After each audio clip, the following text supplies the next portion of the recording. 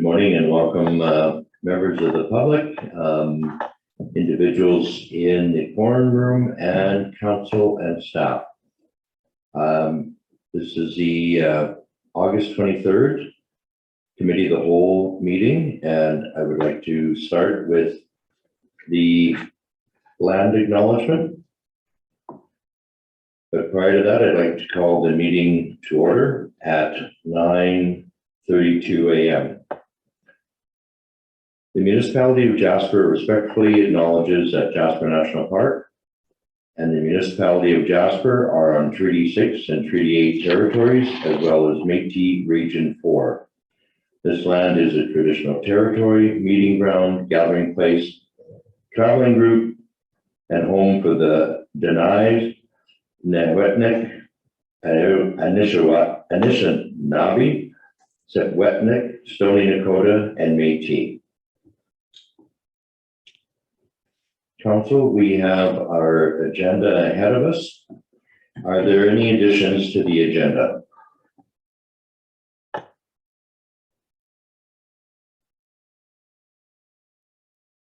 Mr. Greenhead. Thank you, Deputy Mayor. I propose to add an item 7.8, a discussion about the fruit trees on municipal property. 7.8, okay.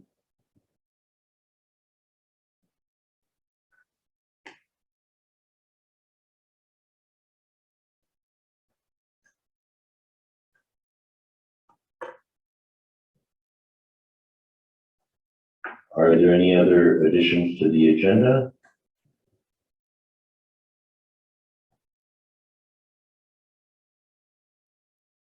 Your Worship? Well, I'm not sure that Mr. Greathead can actually make the motion, so on his behalf, I'll make the motion that we add agenda item 7.8, fruit trees on municipal property.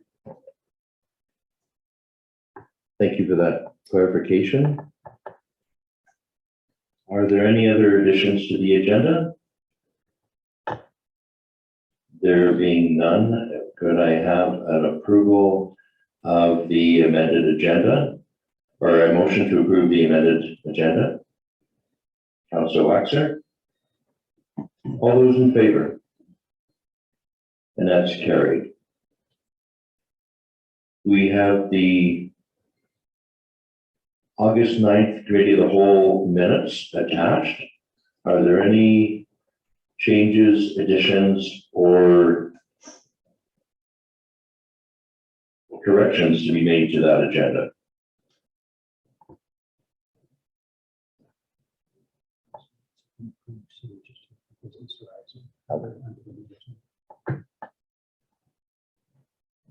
Is there any business arising from the minutes of the Committee of the Whole of August 9th?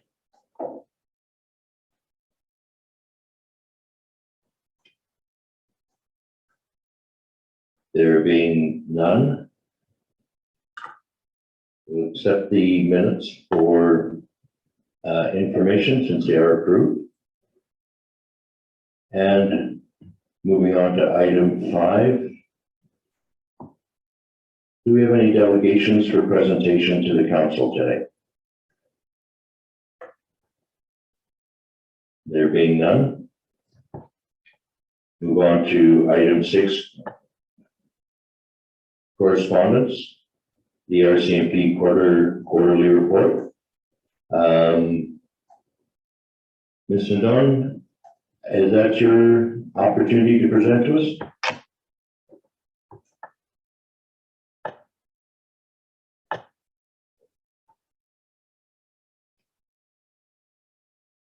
Thank you, Deputy Mayor Melnick. I am not here to speak to this item, but I can certainly introduce it. So this is the quarterly report from Sergeant Bedesi. I met with him last week and had good conversations about community policing and his presenting to council, which we've extended the invitation to him and let him know that he's welcome to speak to those quarterly reports at any time. As you can imagine, August is a very busy period, so he wasn't able to join us today, but he knows that the invitation is there, and time permitting, he would like to come and speak to council later this fall, so we are coordinating that. But this is the quarterly report that you've seen a few times now that highlights the priorities and activities of the local RCMP in Jasper. And certainly crime prevention and traffic safety are the two main items that the RCMP is able to address during the busy summer months. And I think what you see in here is reflective of that.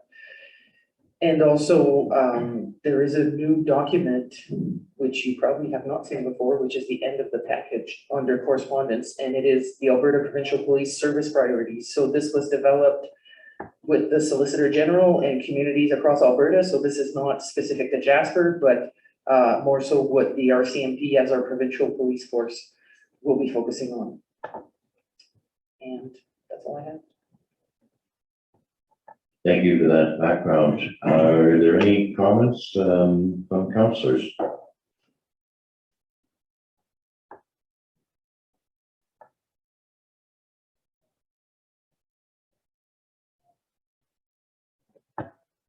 Mayor Ireland? Thank you, Deputy Mayor Melnick, and it's understandable that Mr. Fidesi can't be here to present the report. I wonder whether I might put out some questions and perhaps administration can take those back and perhaps get a written response from Mr. Fidesi that we can share with the public.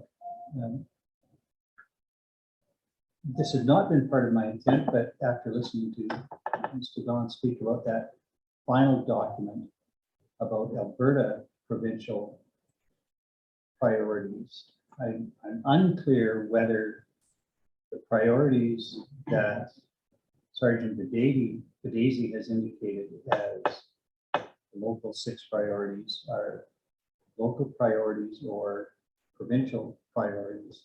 And it's simply odd in this atmosphere where the province is looking for provincial police force that the priorities mirror each other. The question I had for Sergeant Fidesi is with respect to his cover letter, the first priority, enhancing engagement and communication with communities and stakeholders. There's an indication that the intent is to collectively develop policing priorities with elements of the community. Wondering when we might get that opportunity. I don't mean to question the priorities that are presented, but it doesn't seem to me that we were engaged at a local level, at least at a council level, developing those priorities. And I'd like to know moving forward how we might be engaged in helping develop policing priorities for the community.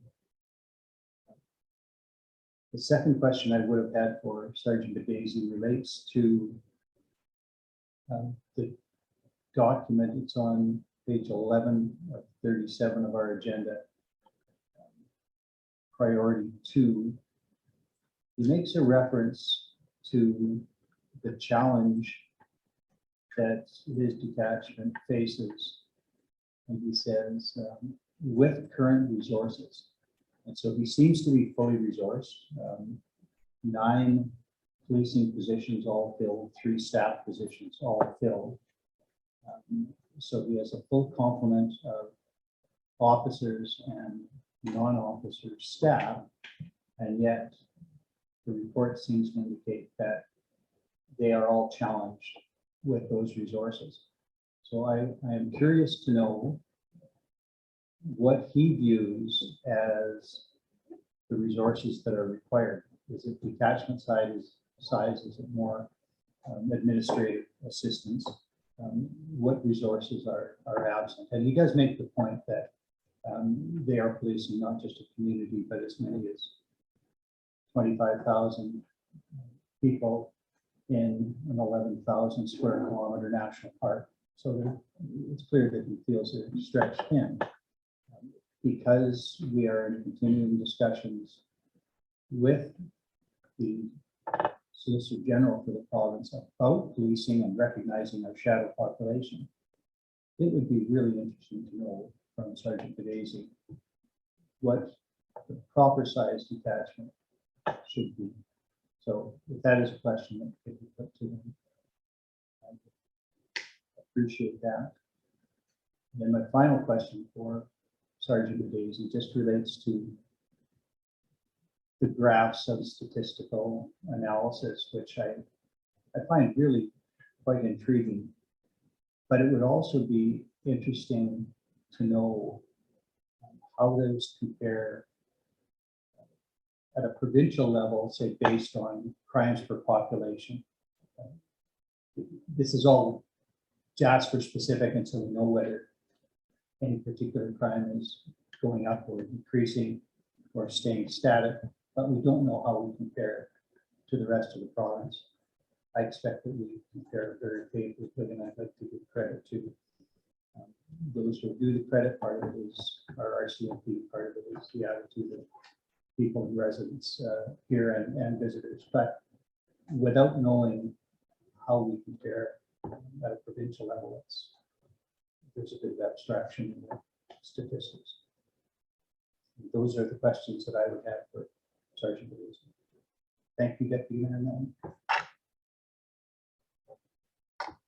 Thank you, Your Worship.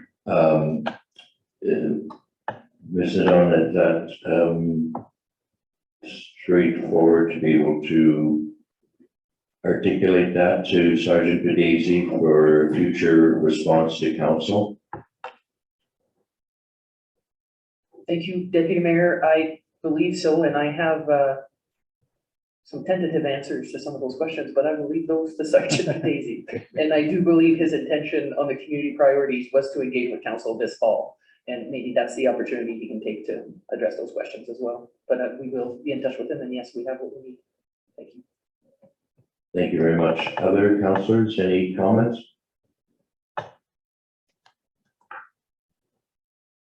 And at this point, with that intent of proposing those questions, I believe we are accepting this quarterly report for information. Make that motion. Mayor Island makes a motion. Are there any more discussion?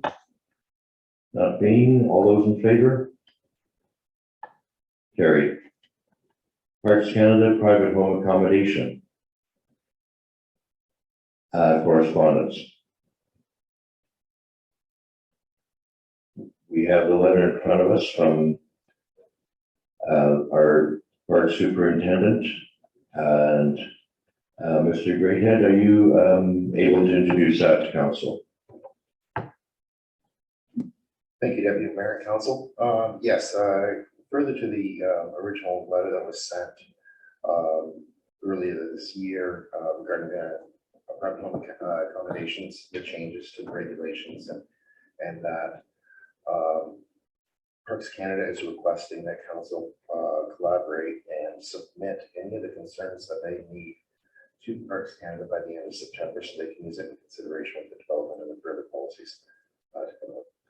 So that's what this letter or correspondence is. It's just a request that we assemble our concerns and any input that the council would like to have on this policy going forward. We have to the end of September. Councillor Wilson.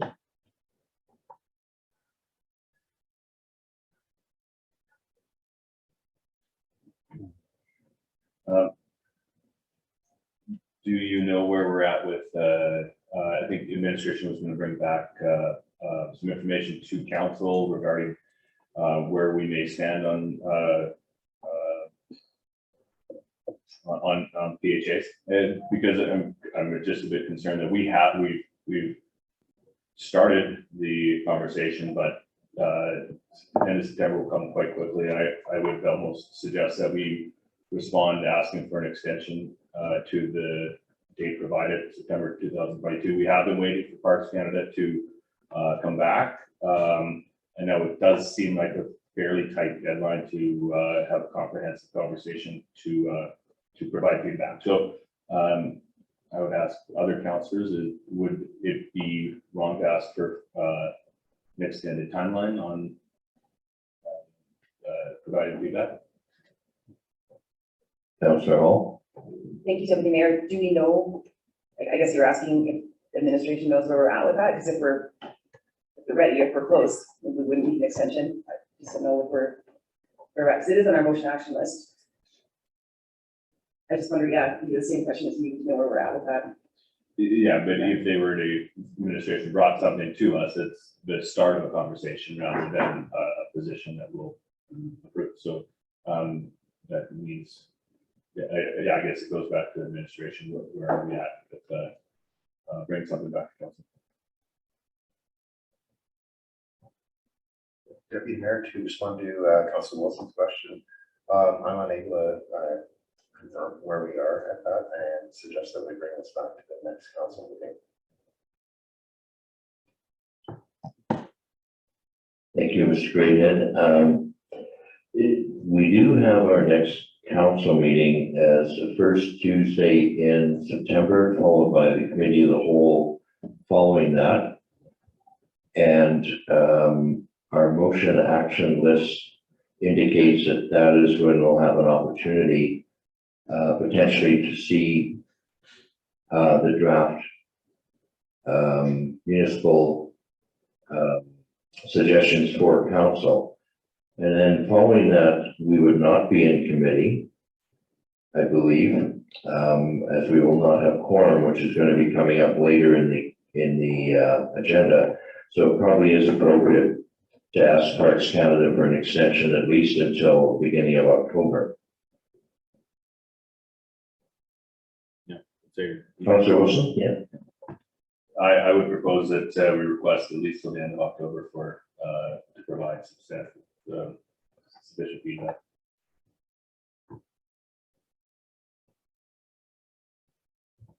Comments from other councillors? Mayor Ireland?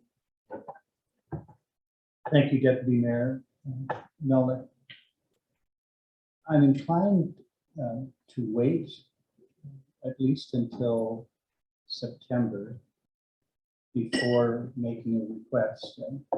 As Councillor Hall points out, it is on our motion action list to be presented sometime in September. So if we deal with this in the first regular meeting in September, we might get a better sense of where we're at. One of the concerns I have is that depending on what comes from administration, it might be that the recommendation we receive from administration is that we develop a public engagement process before we finalize our recommendations to parks.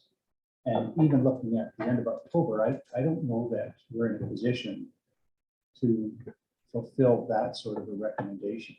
You cannot effectively conduct a public process in a really condensed period of time. And so it's not that I don't think we might need extra time. I don't want to set a target that's unreasonable and might impact what it is that we think we have to get done in the time available. So rather than decide now that we ask for an extension to the end of October, I think we perhaps might be better advised to defer until September when we get the report from administration, and then consider where we're at and how much time we need, given the recommendation that we get from administration, particularly if that recommendation is that we do a broader public consultation before developing a position. So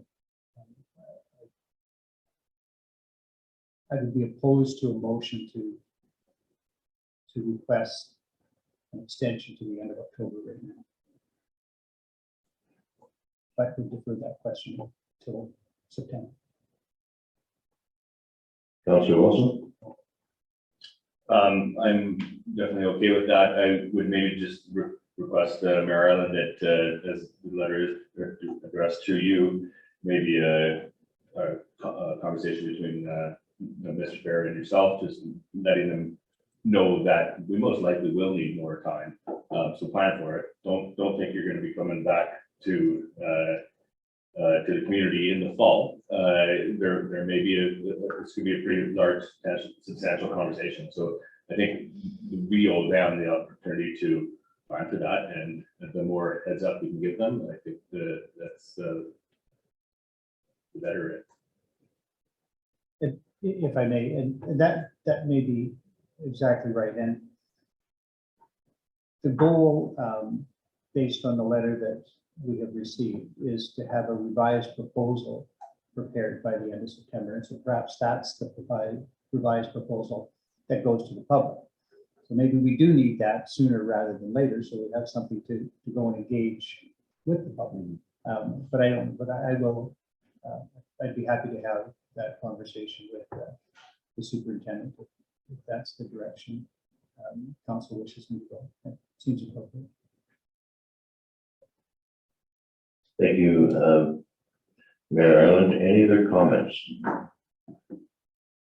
So we have the correspondence in front of us with a suggestion to contact the superintendent with our intentions. I would expect that we're receiving this for information, and perhaps having this reappear on the next council agenda would be appropriate. I think I need a motion to that effect. Councillor Wilson, thank you. Any other discussion? There being none, all those in favor? Thank you, that's carried.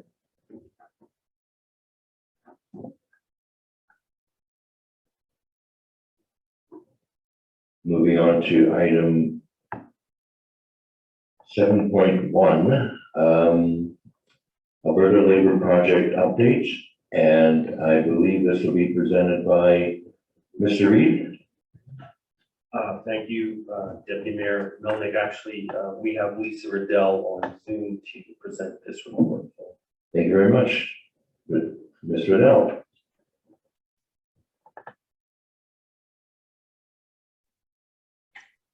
Hello, Deputy Mayor Melnick and Council. Sorry, I couldn't hear for a sec. So in front of you, there's a report on the Alberta Labor and Immigration Project. Some of you might recognize this project more as the website project. We've referred to it in the past here and there as. So in April 2022, the MOJ started a project funded by Alberta Labor and Immigration, and to enhance the inclusivity of our digital spaces, all in an effort to support newcomer settlement and integration in Jasper. So year one involved revising and rewriting the website content, reorganizing the structure of the website to be more user-focused, and adding several new features to the website, including a community calendar and the Connect alert system. We also added numerous vibrant photos of the municipal team and the community itself. So Alberta Labor year two will involve a third-party evaluation of the web content. We're looking to ensure that the website is written at a level where newcomers can understand and use it effectively. We're going to be producing a content creation guide, which is going to be an internal document that our municipal team can use to ensure that we're continuing to produce inclusive, readable, usable content, both digitally and in print. We're producing a printable community guide, and this is in response to what we're hearing in the community and a bit of that digital divide, and not everyone has access to the website.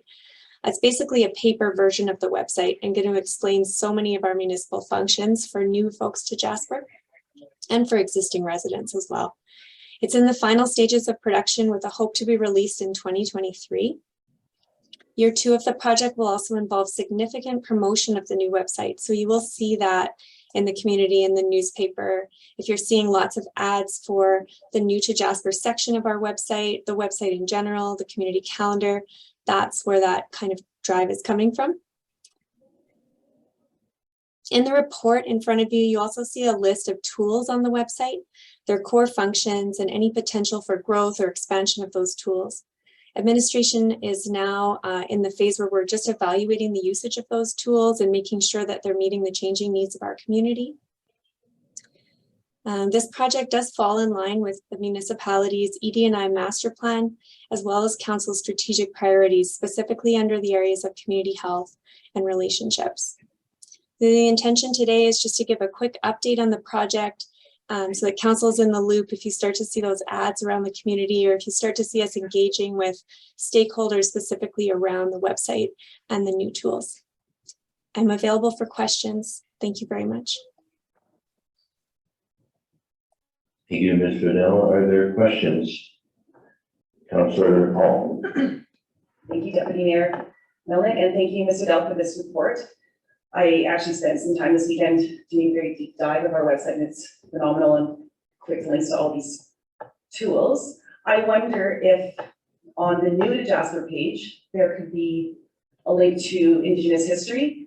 I don't know if it's actually on the New to Jasper. I know it is on our website, but under that tab, it is a call to action 93, which is create information kits for newcomers to reflect the history of Indigenous peoples. And I just a thought I had, but I really like the website. I spent a few hours on it this weekend. Like I said, deep diving. It's great. Thank you. Thank you, Councillor Hall. Any other comments, observations?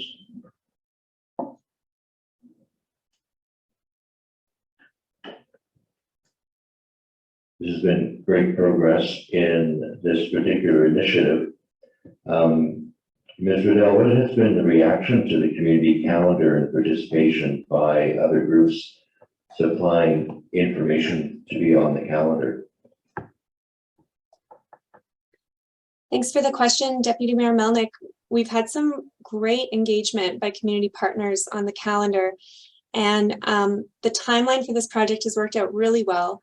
Major kudos definitely within community development to Melissa Day and Lindsay Gartner for their work on these tools. And what we're seeing is community partners taking their time, putting stuff on the community calendar, and then relaying to us little things that could be improved to maximize the use of this tool.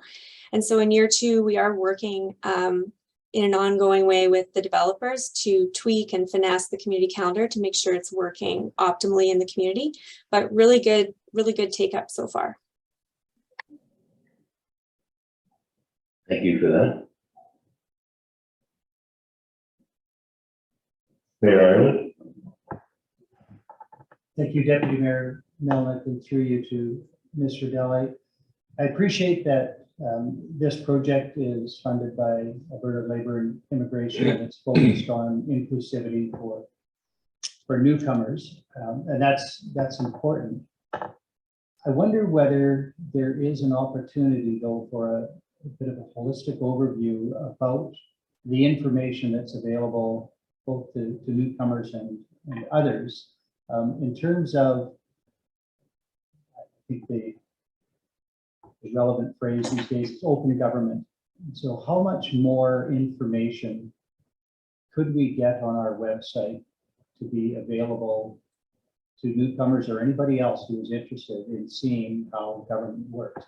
I know it's a talking point in other communities across the country and around the world, to give people better direct access to the inner workings of government. So we discuss everything in public, and yet, and we've done a good job of getting all of our council meetings and committee of the whole meetings online, and those are all accessible. But it seems to me there is still much information that could be included through an inclusivity lens for availability. And maybe that's beyond the scope of this particular project, but from my perspective, working towards greater openness in government is a really desirable thing to do, and whether it can be part of this project or simply marked as another goal for another project, I think would be beneficial. But thank you. It's good work, as did Councillor Wall. I perhaps didn't do as deep a dive, but it was great to have the links on our agenda to each of those highlighted sites and jump back and forth just to see what others might be seeing and might be finding. So I appreciate the work that's been done. Thank you. Thank you, Mayor Ireland. Ms. Riddell. Thank you. Yeah, thank you for the question, Mayor Ireland. And I think it's worth noting that while this project might have a very specific start and end, it's so intertwined with Council's strategic priorities to communicate and engage with residents, as well as our 5-year ED&I master plan. And so we're looking at the project and how it fits in a bigger picture. And so I really appreciate your question. What we looked at, the new to Jasper section is specifically designed to be for new people to Jasper. However, what we did was try to reword and rework and organize the entire website to really look at what other information and specifically around local government actually, that we could help communicate and educate about local government. So the government pages were significantly revamped, and the goal was to educate all Jasperites about local government, how local government fits in the context of provincial and federal government here in Canada. There's way more information now on there about how the government works, how to vote, and we're working on that content actually right now to try and just boost it up, because we are hearing that there's a lot of questions about that for newcomers moving to Jasper. And of course, not all governments work the same around the world. And so, yeah, just taking that opportunity to try and keep kind of boosting that. But yeah, it will continue in the sense that it's still important work beyond the end of this grant and still fits with Council's priorities and the ED&I master plan. Thank you, Ms. Fidel. Councillor Wexler.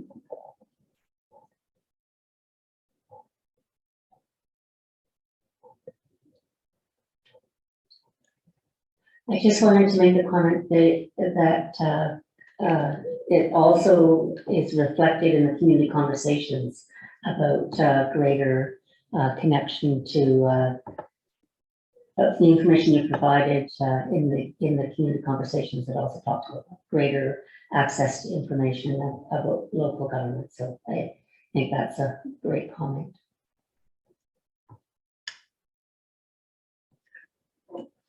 Thank you, Councillor Wexler. I did make an observation under the area under Connect. Currently it's used for emergency alerts. Is that an area that the public could sign up for regular correspondence, call it a weekly update on council and municipal activities? Is that perhaps something that's in the works or being considered, Ms. Fidel?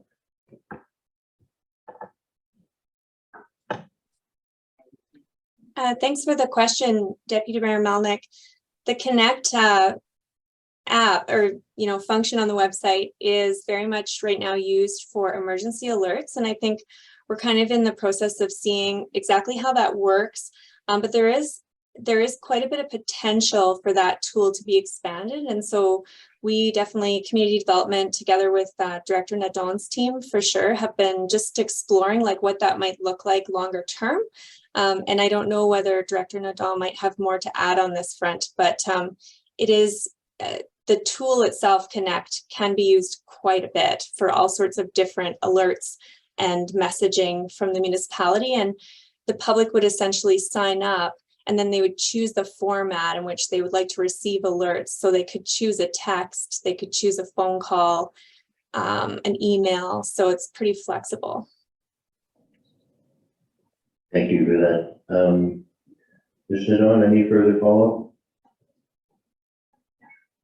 Thank you, Deputy Mayor Melnick.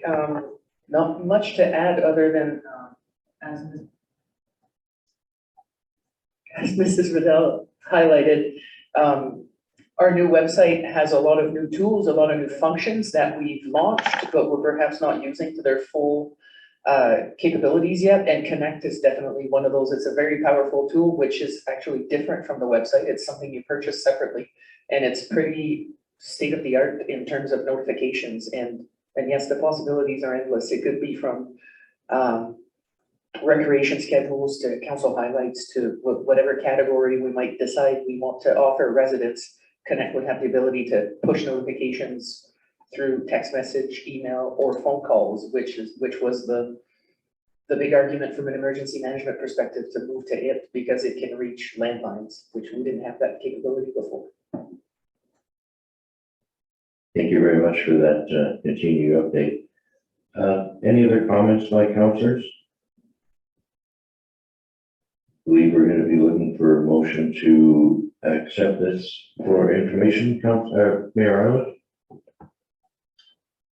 I will make that motion and just add that I'm sure that our legislative services coordinator has recognized the uptake on the feedback form.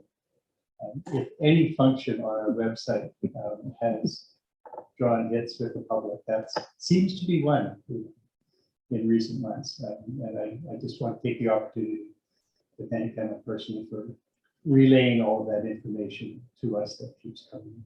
But I do make the motion that committee receive the report on the Alberta Labor Funded Project for information. Thank you, Mayor. Any other discussion? All those in favor? That's carried. And we're moving now to agenda item 7.2, the Jasper Crisis Team. And Mr. Reid.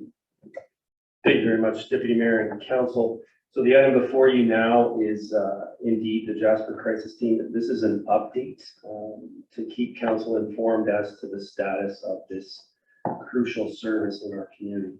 The recommendation is that community would receive the report, or that committee rather, would receive the report on the Jasper Crisis Team for information. So the background: in March of 2022, Jasper Victim Services as an entity ceased to operate. And since that victim services unit closed, Hinton Victim Services has hired a local coordinator to serve Jasper for, at the very least, for the short term. Hinton Victim Services mandate continues to be limited to assisting victims of crime. And the shorthand for that is, if there's a police file begun, then victim services unit can be involved. If there's no police file and you're not involved in a police file, then victim services unit will not be able to serve you. And so what that is exactly when the crisis team in the past has come into play. Prior to dissolving, Jasper Victim Services had already started a process to establish a crisis team for trauma response in Jasper in partnership with the Jasper Community Teen Society. And the Jasper Community Teen Society is working to create a crisis team solution for Jasper. In the meantime, the municipality's community outreach services has been and continues to be called upon to respond and provide service in crisis situations as they arrive. And cost has seen a significant increase in crisis support services needed and has started tracking those services.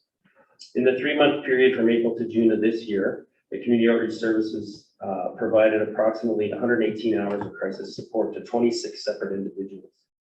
And that is a value of approximately $6,000. We are currently not funded to provide this type of crisis support on an ongoing basis. And we've currently been providing that support through limited AHS mental health and addictions funding. Furthermore, there is no longer crisis support after hours and on weekends, which of course leaves a gap in service. Clients can only access support during regular cost working hours, so 8:30 to 4:30, Monday to Friday. I will add, though, that in certain circumstances, we have approved limited use of overtime to accomplish some of the real crisis needs solutions. The strategic relevance, community health, take proactive steps to reduce the risk of people becoming vulnerable and respond when they are vulnerable. The current level of support financially can be accommodated within the existing approved budget. And so in the short period of time, so in the 2022 budget, there won't be any impact. In the future, the crisis team operating out of the JCTS, or Jasper Community Teen Society, would have no direct impact on the 2022 budget itself, as I mentioned. How this all shakes out is still unknown. And council will remember that in the past, council has given direct funding to this function of the Victim Services Unit. And so that request, I will say, likely will come to council once this solution has been developed. And I'm open to answer any questions. Thank you, Mr. Reid. Councillors, any questions? Councillor Hall. Thank you, Deputy Mayor. So if a resident is having a crisis on a weekend or after 4:30, there's no help, is that what you're saying? Or did the RCMP step in, even though they're already stretched thin with their resources? So that is exactly the gap. So right now it is being met through sometimes the RCMP, sometimes the emergency at the hospital, and sometimes a looser network of community supports. But it is not formalized, and it is, in a sense, not guaranteed. So there isn't a known solution. There has been ad hoc solutions that have come up, but not something structured. Does that make sense? One other question. So Jasper Victim Services that we had dealt with victims of crime and victims of not crime. So they would take it all on, but the Hinton Victim Services only deals with if it's a crime. That's Or correct. an accident or a, Thank you, Councillor Holland and Council. So the previous model we had in our community was, in essence, two services coming from the same office, if you will. The Victim Services Unit, as defined through Solgen and the RCMP's mandate, which is for the victims of crime directly. That same office was also providing crisis support. I guess the specifics of victim services as defined and in part of the RCMP's mandate has been very clearly laid out and clarified in a way that those two cannot be cohabitated or co-delivered anymore. And so we will not be able to see that model return, given the current circumstances. This, by the way, is one of the things that Sergeant Bedesi and I have discussed, and one of the things that he is certainly wanting, or has expressed to me, wanting to explain to council that divide more clearly than perhaps I'm articulating. And so in his future update, I expect that he will also bring the information on who has been hired as our local representative for Hinton's BSU and things like that. But I do not have that information. I wouldn't speak for him. I think I've answered your question, but if I haven't, please let me know. Thank you for that, Mr. Reed. Councillor Watson. Do you anticipate that community outreach services will have sufficient resources to continue providing crisis support in the Monday to Friday, 8:30 to 4:30 in 2023? So that is an excellent question, Councillor Waxer, and given a $6,000 impact or what we would value that time at, no, we would not have that currently within the 2023 budget request. If there is not to be a crisis team support set up exterior to the municipality and community outreach services were to continue to provide that service, we would absolutely need more resources to do that. We have been very fortunate in our ability to apply appropriate funding and also to flex some of our other program delivery. We cannot, that's not sustainable. So you're absolutely on the money in the sense that for us to continue doing this would require funding of some sort. Thank you. Thank you, Mr. Reed. Mayor Ireland. Thank you, Deputy Mayor Melnick. Through you to Mr. Reed. I wonder whether either today or at a future time, you can provide a further breakdown of the crisis hours over the last 3 months. So the $6,000 that you just mentioned is a 3-month period, and I'm going to assume that July, August, September might be higher than April through June. But that's just speculation. But what I'm interested in is of the 26 individuals, how many crises does that represent? Is each one an individual crisis, or were there 5 involved in some? What's the range of the number of crises? And of those 26 individuals who were assisted or supported, what is the breakdown between residents and non-residents?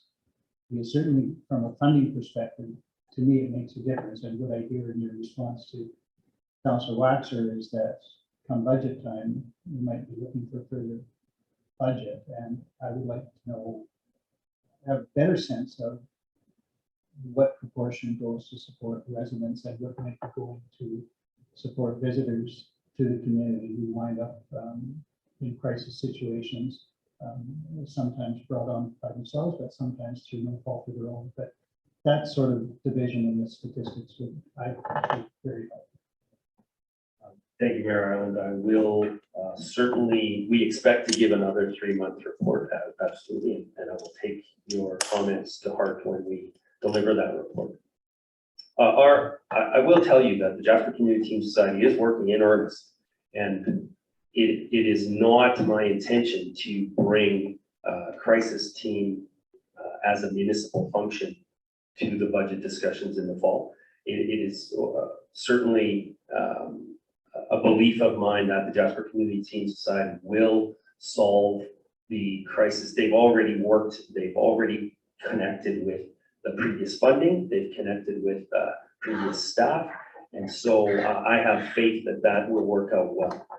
So at this time, I do not intend to bring that service addition to our portfolio. However, we wanted to make sure that council is aware of just the impact of not having a crisis team in the community and the value that we would directly see once that crisis team has reformed. But thank you for those comments, and that will form part of the next report. Thank you, Mr. Reid. Any other questions for Mr. Reid? I see there are none. I would be looking for a motion that the committee receive the report. Councillor Waxer. Councillor Waxer makes a motion that we receive the report, crisis team report for information. All those in favor? And that's carried.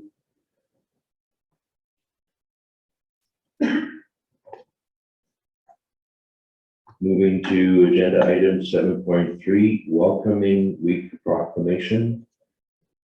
Mr. Reid. Thank you again, Deputy Mayor Melnick. So the item before you is indeed the welcoming week proclamation. The recommendation is that committee recommend council proclaim September 9th to 18th, 2022 as welcoming week in Jasper. The background, back in March of 2017, Municipal Council made a proclamation to foster a welcoming and inclusive Jasper. On July 2021, Council adopted policy E015, the Equity, Diversity, and Inclusion Policy. And in February of 2022, Council adopted the 5-year Equity, Diversity, and Inclusion Master Plan. Welcoming Week is an initiative of Welcoming America, a nonprofit, nonpartisan organization that leads an international movement of inclusive communities. Welcoming Week 2022 marks the 10th anniversary of the global event and Canada's 3rd year participating nationally. This request is coming to council from Jasper's local immigration partnership coordinator within the Department of Community Development. And the municipality of Jasper has been coordinating and supporting Jasper's local immigration partnership since 2017 through a funding agreement with Immigration, Refugees, and Citizenship Canada. IRCC supports participation in Welcoming Week and recognizes participation as an opportunity to highlight the work of immigrants, serving organizations, and community partners working towards successful settlement and integration of newcomers. The discussion Welcoming Week is an opportunity to recognize and celebrate the people, places, and values communities hold that make people feel welcome and that they belong no matter where they are from. Jasper's local immigration partnership and settlement services have collaborated to organize events and programming to run during the week of September 9th to 18th. And a proclamation by council further demonstrates the municipality's commitment to being a leader in equity, diversity, and inclusion, and affirms the significance of the week's events. Strategic relevance, there are 2 items under community health: embrace our growing diversity and leverage and create opportunities for greater inclusion. The cost to recognize Welcoming Week and carry out activities are within existing budgets. And we would, of course, communicate the proclamation to the public via social media channels and on the municipal website. The proclamation draft is attached for any comments, and I'm open to questions. Thank you, Mr. Reid. Are there any questions by council? Appreciate the Welcoming Week's recommendation as well as the proclamation, having read through it. It does definitely embrace the spirit of we're moving to in Jasper in inclusivity and diversity, and commend you for the work put into this particular document. This looks like it will come to our next council meeting if approved here. Any other council comments? Councillor Watson? Just that I'm really thrilled to see this here, and the only word in the proclamation, like I kind of stumbled over, was the word today in the second paragraph, but I'm sure that it was chosen for important reasons, but I wondered about that word. But overall, I'm very excited about it and enthusiastic to see this go forward. It's nice to be part of a more of a global movement. Thank you. Other councillors, Mayor Island? Thank you, Deputy Mayor Melnick. Firstly, thank you, Councillor Waxer. Looking at it again, I share your view on the word today. Yesterday they were vital, tomorrow they'll be vital. Yeah. Thank you for that. The word that I wrestle with, and I share Councillor Waxer's view that I'm really happy to see this year. It's a great initiative. I struggle a bit with both the word and the positioning of prosperity and prosperous. There is certainly an economic benefit that is contributed by newcomers to our community, but I think there is value simply in diversity. And if anything, it seems to me the economic prosperity should be the byproduct of something more important. So I haven't had a chance really to try and wordsmith it myself, but and I will support the motion that this comes back, but I would like to see whether there might be more emphasis on inclusion and diversity as primary values and the economic prosperity as a byproduct. Just a suggestion. But thank you. It's good work. I appreciate it. Mr. Reid? Thank you, Deputy Mayor Melnick. To both of those comments, that wordsmithing is well heard, and I agree with your comments, and we will make the next draft reflective of those amendments, for want of a better word. Thank you very much, Mr. Reid. Other comments by councillors? Then I believe we'll be looking for a motion to amend, to proclaim this an amended proclamation to come to the next meeting. Councillor Waxer? I recommend that council recommend, the committee recommend council proclaim September 9th to the 18th as welcoming week in Jasper, and that an amended proclamation be brought to council. Thank you, Councillor Waxer. Any other comments by councillors? There being none, all those in favor? And that's carried. Council, we are at 10:25, and our next agenda item is community conversations, which is a rather extensive document. And I'd like to suggest a 5-minute recess, and we'll return at 10:30, as I believe the next presentation is going to be a little more extensive.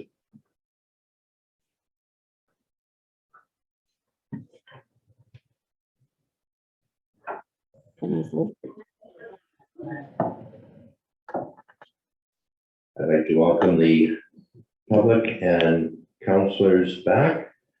We are now at agenda item 7.4, and I believe we have Ms. Riddell available to present this report on community conversations to council. Yes, Deputy Mayor Melnick, and through to all of council. The report in front of you is a report for community conversations that took place in the second quarter of 2022, April to June. And this is the implementation of policies A005, the community conversations policy, which was just adopted in September of 2021. So during the second quarter, there were 63 unique participants who attended a total of 21 community conversations. The attendance breakdown you can see in the report itself. There continues to be a mix of municipal and non-municipal participants at each conversation. One error I would just like to note quickly is under the month of May for the adult conversation, so that very first line. It looks like there were 12 municipal staff and 4 non-municipal participants.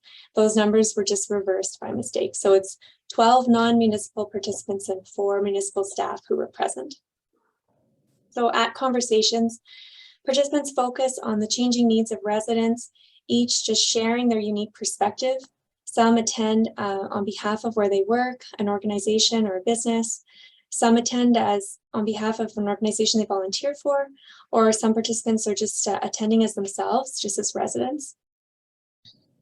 A review of all of the items raised revealed several thematic areas, which you can see listed just in that discussion section.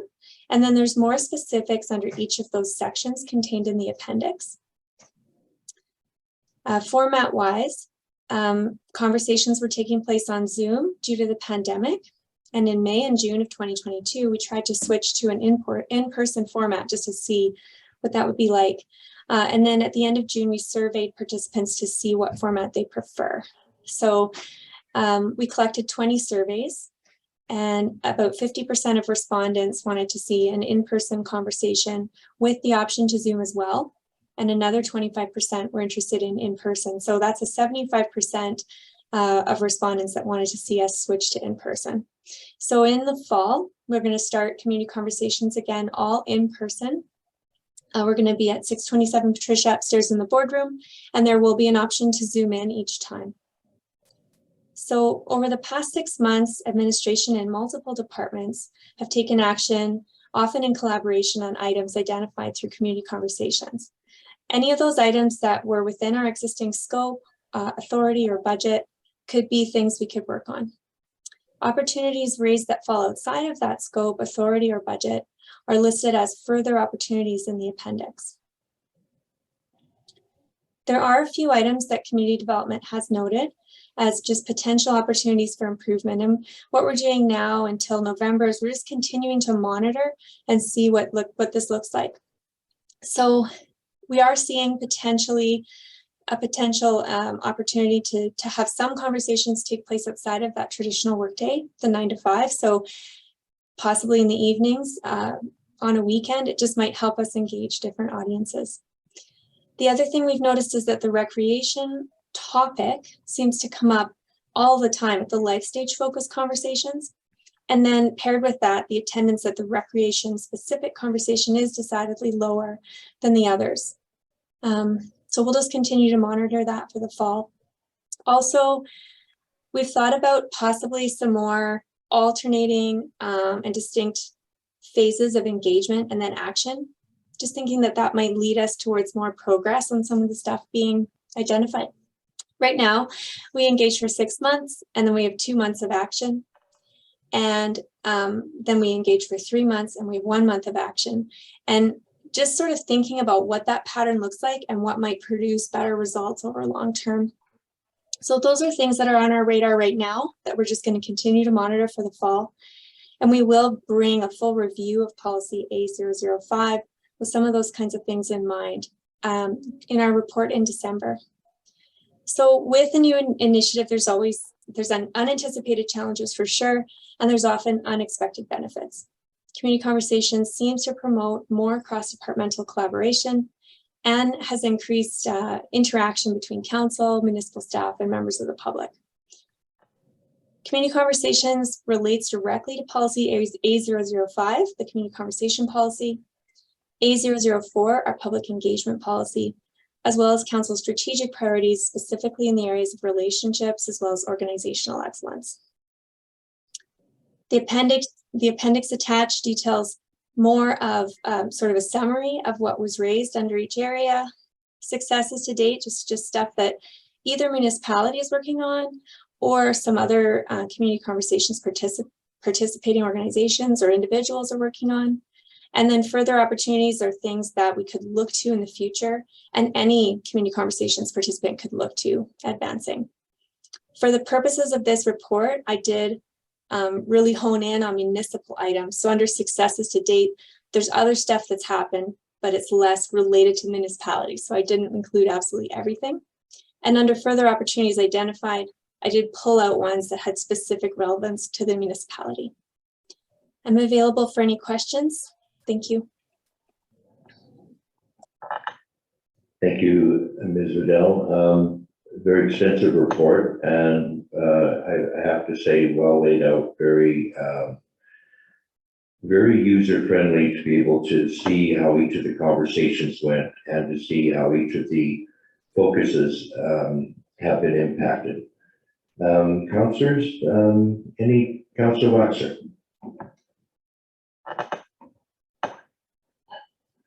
Again, thank you for this comprehensive report. I spent a lot of time reading through and enjoyed it. But one thing that I was really noting was the long list of further opportunities under environmental responsibility. And my question, maybe not to you, but maybe to Director Greathead, would be, is there current capacity to tackle some of those further opportunities within the municipality at the moment? Because it seemed like that was the longest list, and it's been my experience that you keep people engaged in these conversations if action results as some level of action results from the conversation and from identifying this.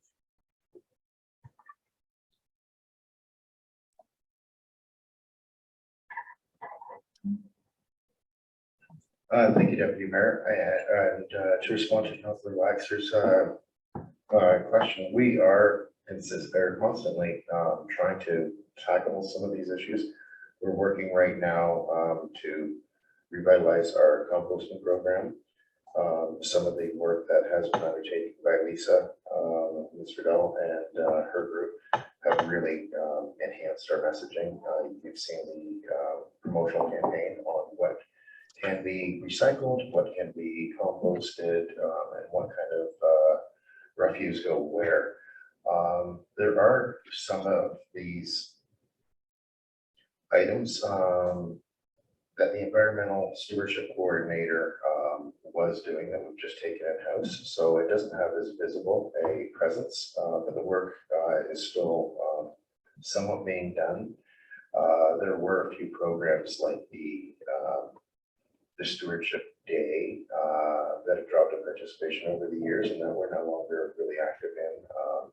Quite often it's due to staffing issues that we don't have the capacity anymore.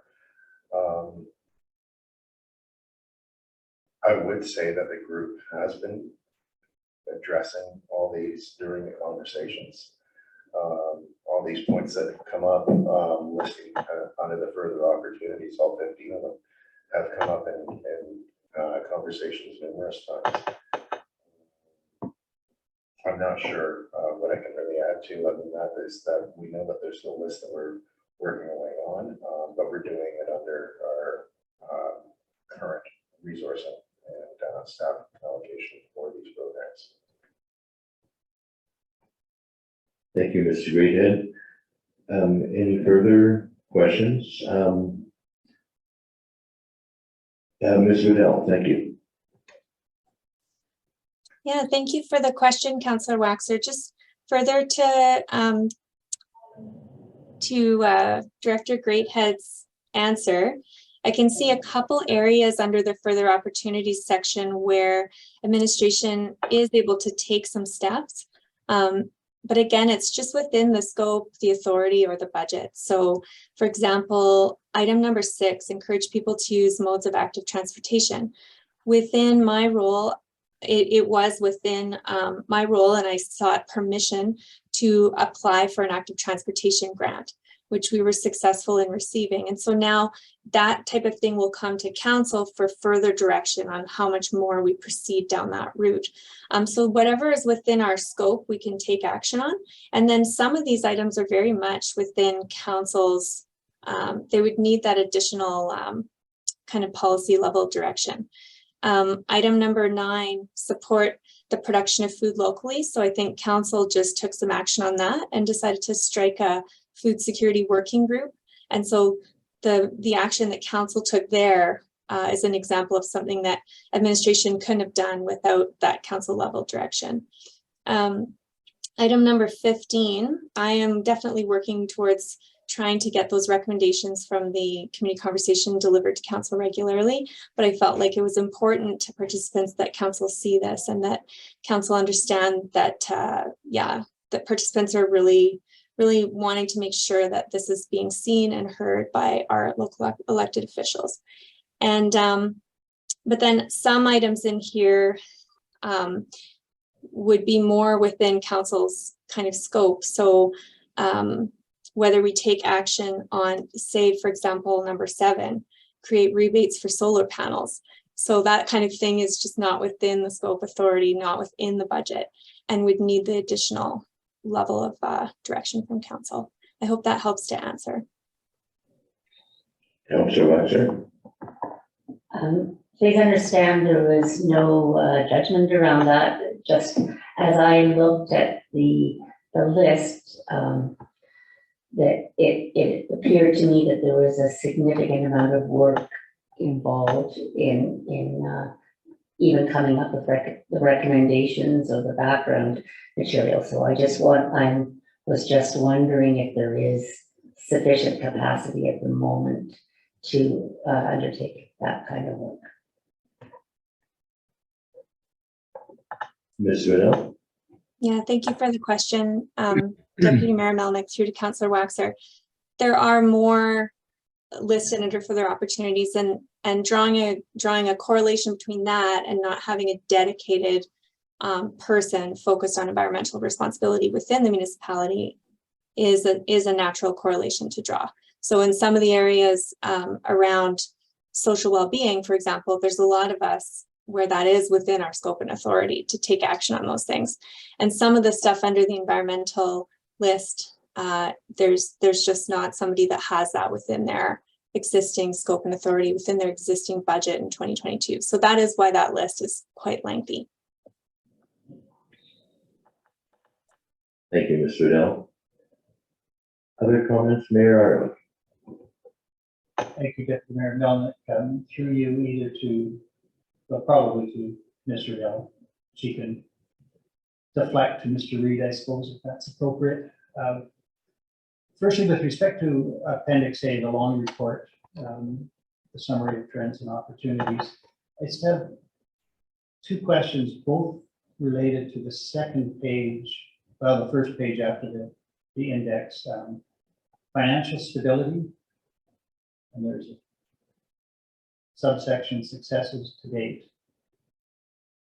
And I'd just like to confirm the $37,000 in COVID relief funding and how that's connected to community conversations or generally. And as part of that is the specialized trauma counseling for municipal staff or other community members. So there's rent, utility, childcare, arrears, food, medication, and then it says specialized trauma counseling. Can you tell me how that $37,000 from the COVID relief funding was used in those regards? Yeah, thank you for the question. So Deputy Mayor Melnick through to Mayor Ireland. If I heard correctly, you were asking how is the $37,000 in COVID-19 relief funding connected to community conversations? And essentially, my role in community development and all of us in working in the community engagement and community conversations kind of space and community development, we try and gather ideas from community conversations as to what's going on for people and what could we use relief funding for. So because we don't work directly with clients or with residents on the front line, we get the information from the people who work with those clients and with residents. And we get that information at community conversations. And so when the opportunity to apply for relief funding came up, we just said at community conversations, this is an opportunity that's come up. It was in April of 2020, and it was directly related to COVID. And it was, what does your community need? And we asked everyone at community conversations, what would it be that people need help with? And financial instability was already coming up a lot. And so it was participants at community conversations that helped us really ascertain that rental, utility arrears, payments, childcare arrears, food, medication, as well as specialized trauma counseling were items that would make a significant impact here in Jasper. To your second question, which was, is the trauma counseling for municipal staff or for the whole community? It's for the whole community. Municipal staff absolutely can access it, but municipal staff also have other resources through our employee assistance program. And what we were hearing is that a lot of community members don't have benefits programs. And we were also hearing early on in the pandemic through community conversations that those with either a history of developmental trauma or those who have experienced situational trauma were finding the pandemic all the more stressful and all the more dysregulating. And so it became clear that specialized supports around trauma and addressing developmental or situational trauma, post-traumatic stress disorder, etc., would actually really help folks as they're navigating the pandemic. Now, 2 years in, 37,000 in total that we've dispersed in the community. Municipal staff can access it, but it's for anybody. And we very much continue to glean input from the community, from residents on what we could use through community conversations. Thank you. I appreciate all of that. I just want to confirm then that of the $37,000, some amount has been paid, say, for medication, and this is connected to a community conversation report. But I take it that the community conversation may have alerted you to generalized needs, but nobody is required to bring up at a community conversation, I hope, that they are in need of support for their own rent or their own medication or something like that. It's that connection to the funding that's in this report, community conversations, that concern me, that there might be an implication that people have to divulge at a community conversation individual needs, and that certainly is not the intent. No, thank you. Thank you, Mayor Ireland, for that clarification. That's worth clarifying.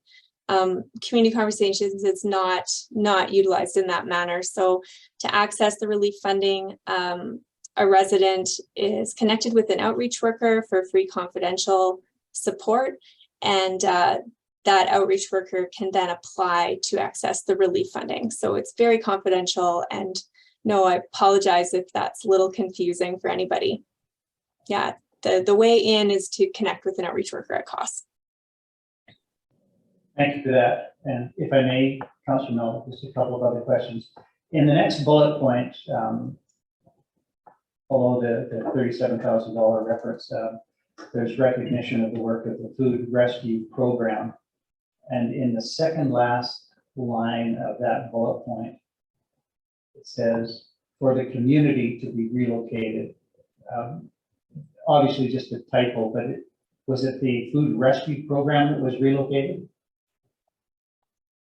Thank you, Mayor Ireland. Thank you for that clarification. It's the community fridge. So the community fridge was located outside at the Anglican Church, and due to the risks with wildlife, it was going to have to be put away all summer.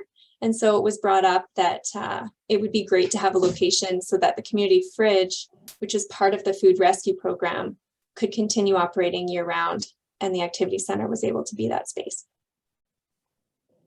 Thank you for that clarification.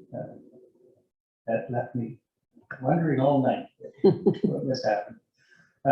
And finally then, if I may, I am enthused actually about your comment about considering a slightly different schedule of engagement and action.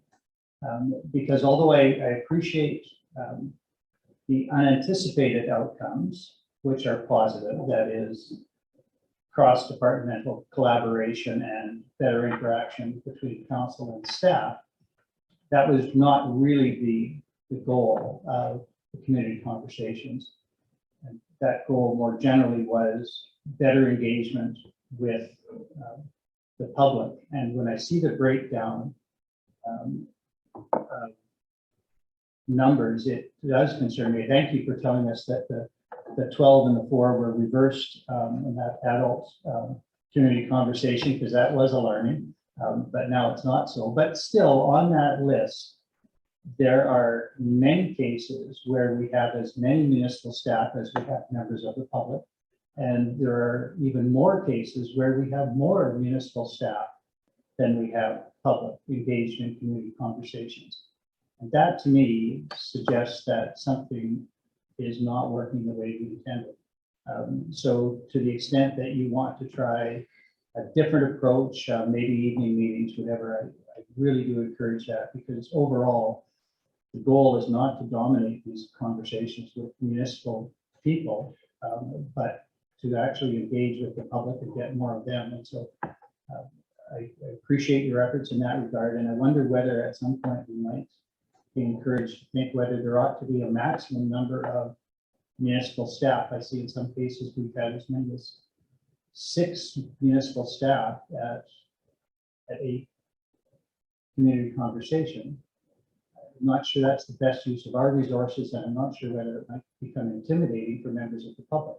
So I just point that out as we move forward and see what happens with a slightly revised schedule of engagement, and see what we come up with. And we'll compare this report with the next one and see whether we're making progress. But thank you very much for the very detailed report. Thank you, Mayor Ireland. And before I go to Councillor Waxer, Ms. Riddell, if you could clarify, when councillors participate in community conversations, are they municipal staff or are they other individuals?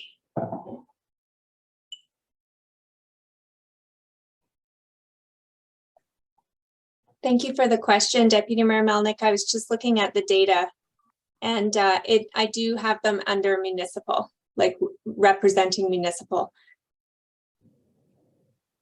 Appreciate that. Then just again to Mayor Ireland's comment, maybe if we do need to count, we'll always need to keep in mind that there's a council representative on each of these committees. But I think I'll move to Councillor Waxer, and then Councillor Waxer. I was just going to make the comment that I think it's maybe important for each of us as council members and and municipal staff to have conversations in the general public about the opportunity to participate in community conversations. So many individuals may not have caught that opportunity, or may not have read about it at a time when it was meaningful to them. So I know that I personally when I'm speaking to people who have concerns, I always recommend that is a wonderful opportunity to participate in conversations about how the community runs.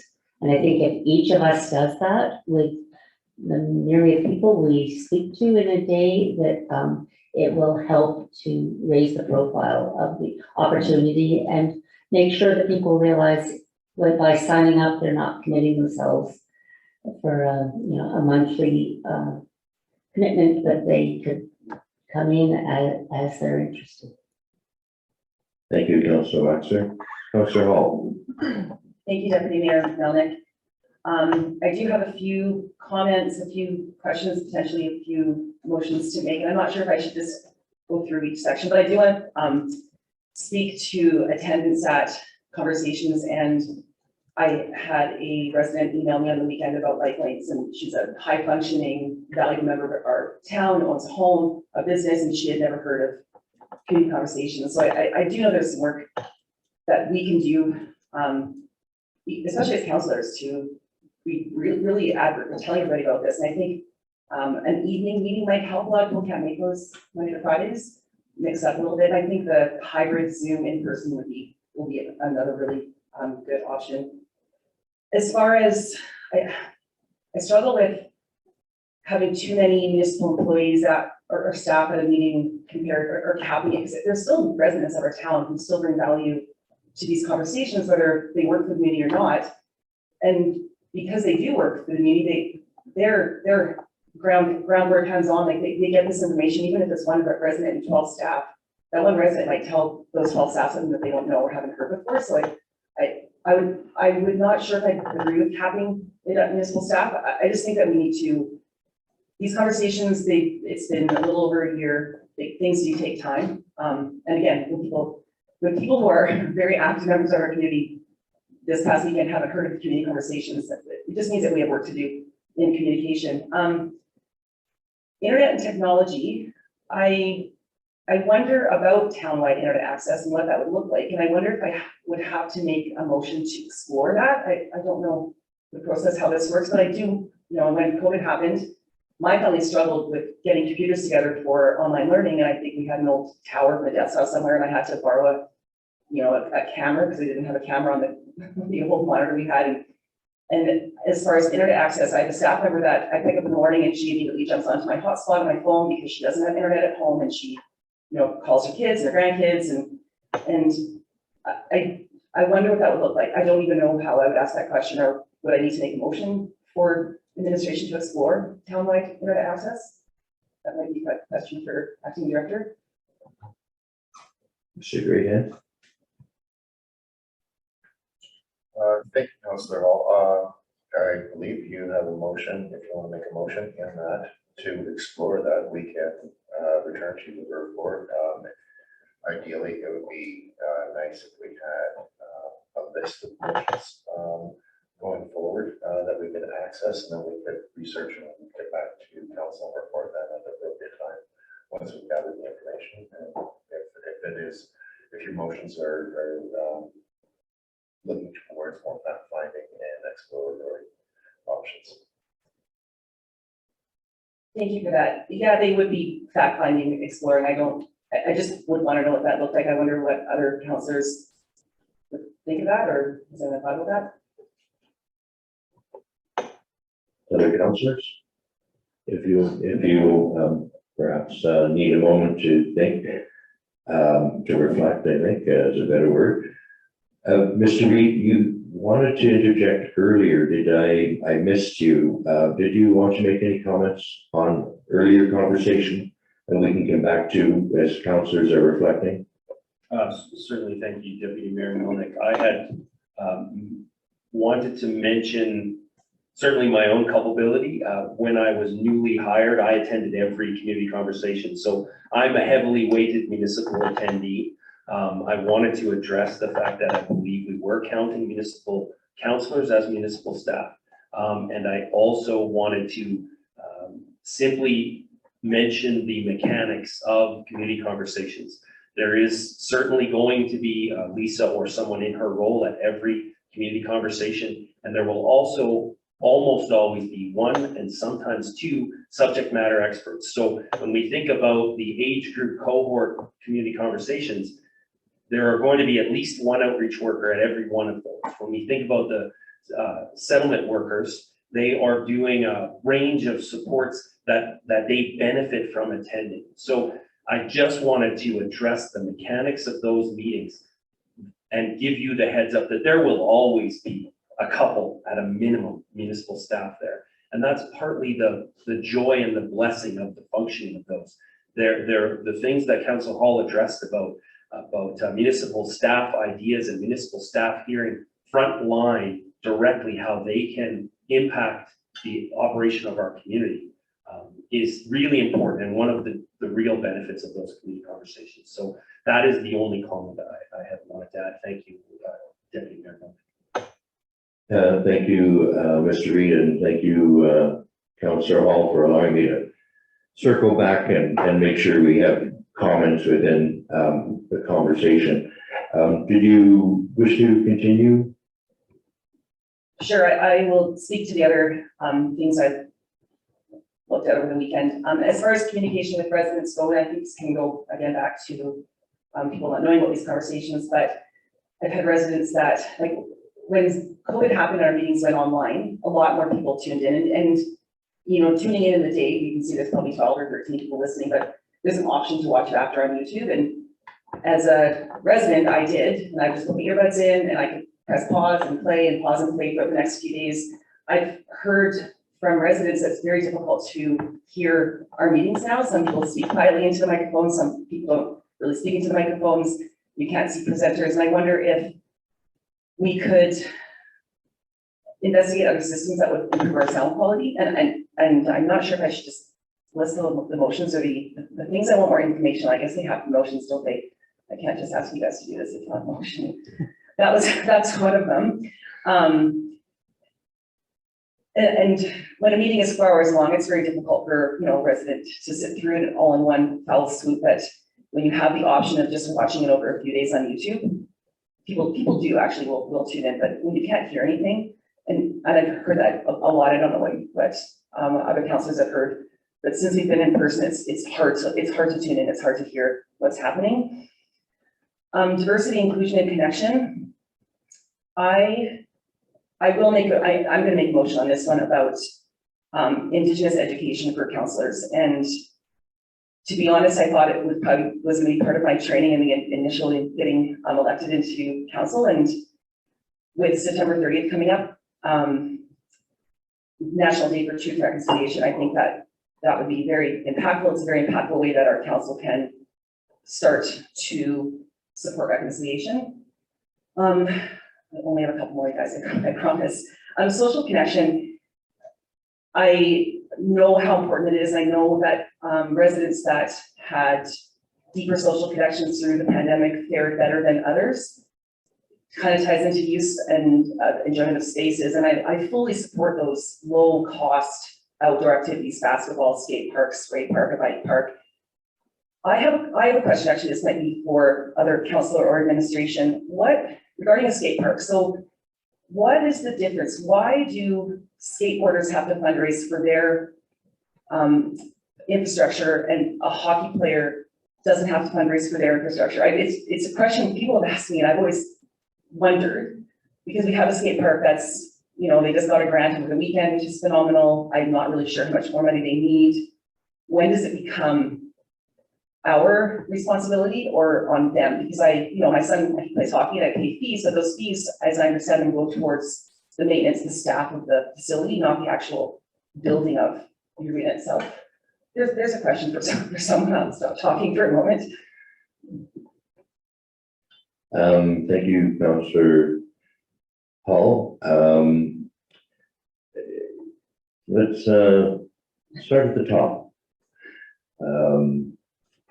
Where you had mentioned a motion potentially for investigating a community wireless or Wi-Fi access. Once we have a motion, we can have discussion as to what that might look like and what council might support. Are you ready to make that motion? And then we can have discussion on that motion moving forward, if that's going to be acceptable. Go ahead. Thank you, Deputy Mayor. I move that committee direct administration to explore the costs associated with townwide internet access. Thank you, Councillor Hall. Discussion on the motion.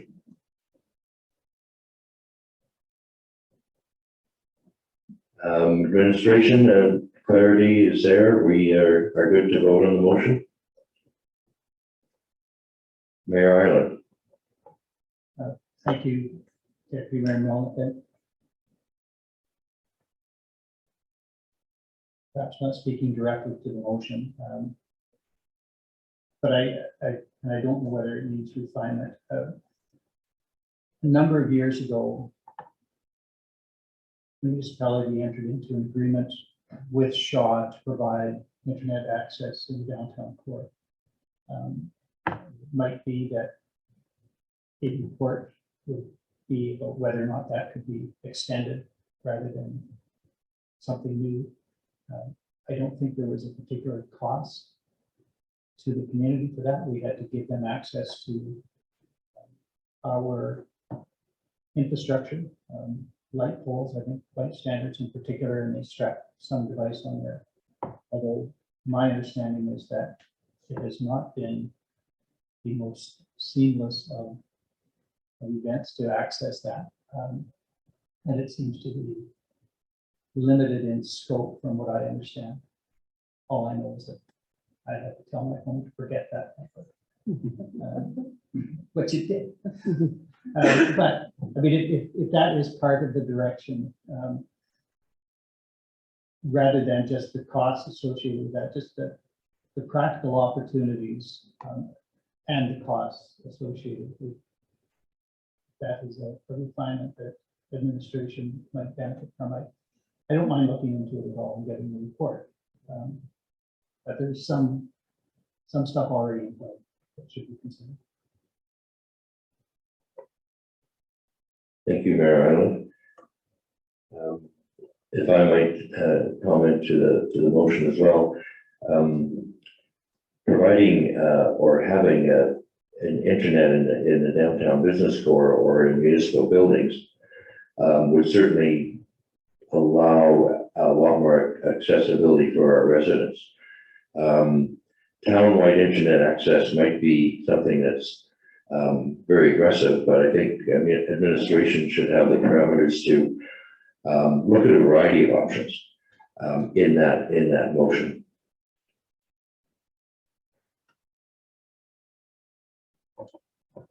Mr. Grayden? Deputy Mayor, if I, Councillor, if I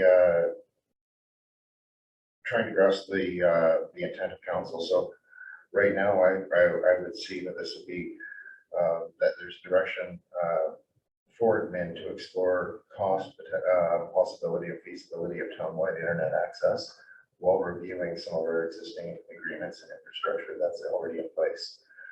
Is that, I think that's the gist of the motion that's being made.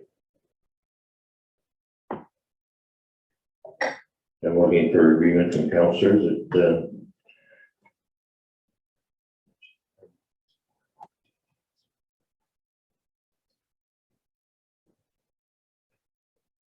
go ahead, Mayor. Deputy Mayor Melnick, I'm offering to Councillor Wall a proposed friendly amendment to change the motion to read that committee direct administration to explore opportunities for townwide internet access. So it wouldn't be limited to costs. What opportunities could there be? And Councillor Collier, that's acceptable to you? Yes, thank you. And for the purposes of administration, the go forward is clear. Councillor Wilson? Well, just I guess clarification from Councillor Hall, like, are you suggesting you walk outside and there's Wi-Fi everywhere? Like, I don't really get the idea. Like, I know there's access to the internet at the library for residents. There's access at various points of in the community for Wi-Fi. So like broad, like Wi-Fi across the community, like everywhere. So then nobody would have would not need to have their own Wi-Fi. Like what if, I think there's got to be some more parameters to what you're proposing. And I probably wouldn't support like broadband Wi-Fi across our whole community. I don't think. Thank you, Councillor Wilson. I think the friendly amended motion, which just in exploring options for access. I know there is internet access at the library. I know that's importance. I know there are spaces around town that have it. But I still have people, friends, staff that don't have internet and struggle to find internet, so I'm not really sure. Maybe within, I feel like the motion is broad enough that maybe exploring options for more places of internet. I know it's at the activity center, but I don't think it's available to public. It's just for staff. That would be a good start. Yeah. Because yes, walking out of your house and having internet on your phone, which is a town broadband, wouldn't 100% make sense, because you could probably still have your own access and just forget that network. It wouldn't be secure. That'd be the other thing too. So I feel it might be for people that don't have internet that want to FaceTime their grandkids or talk to their parents overseas or apply for a grant or try and register for a course or something. Yeah. I'm not sure.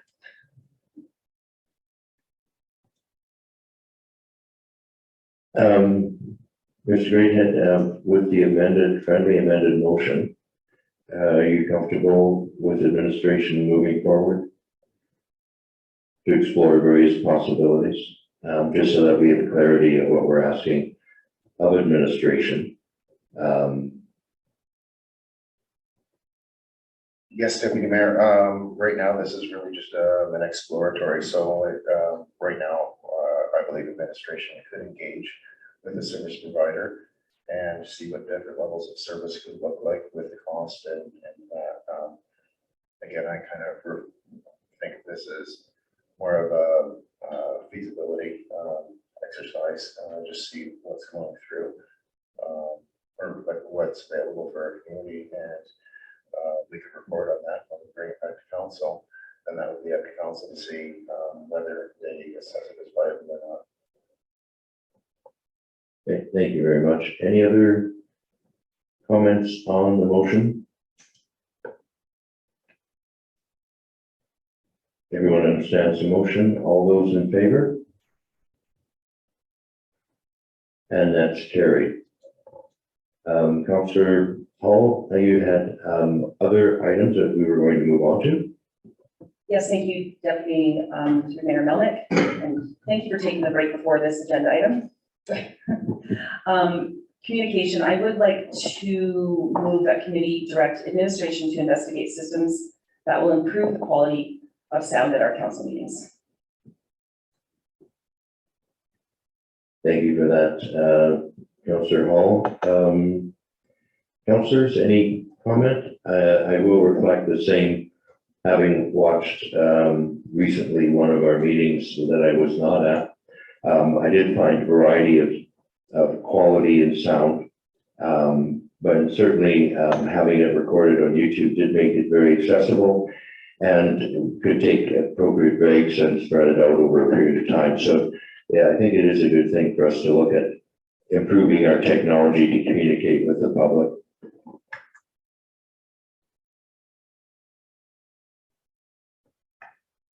Limited to the quality of the sound, not the quality of the content.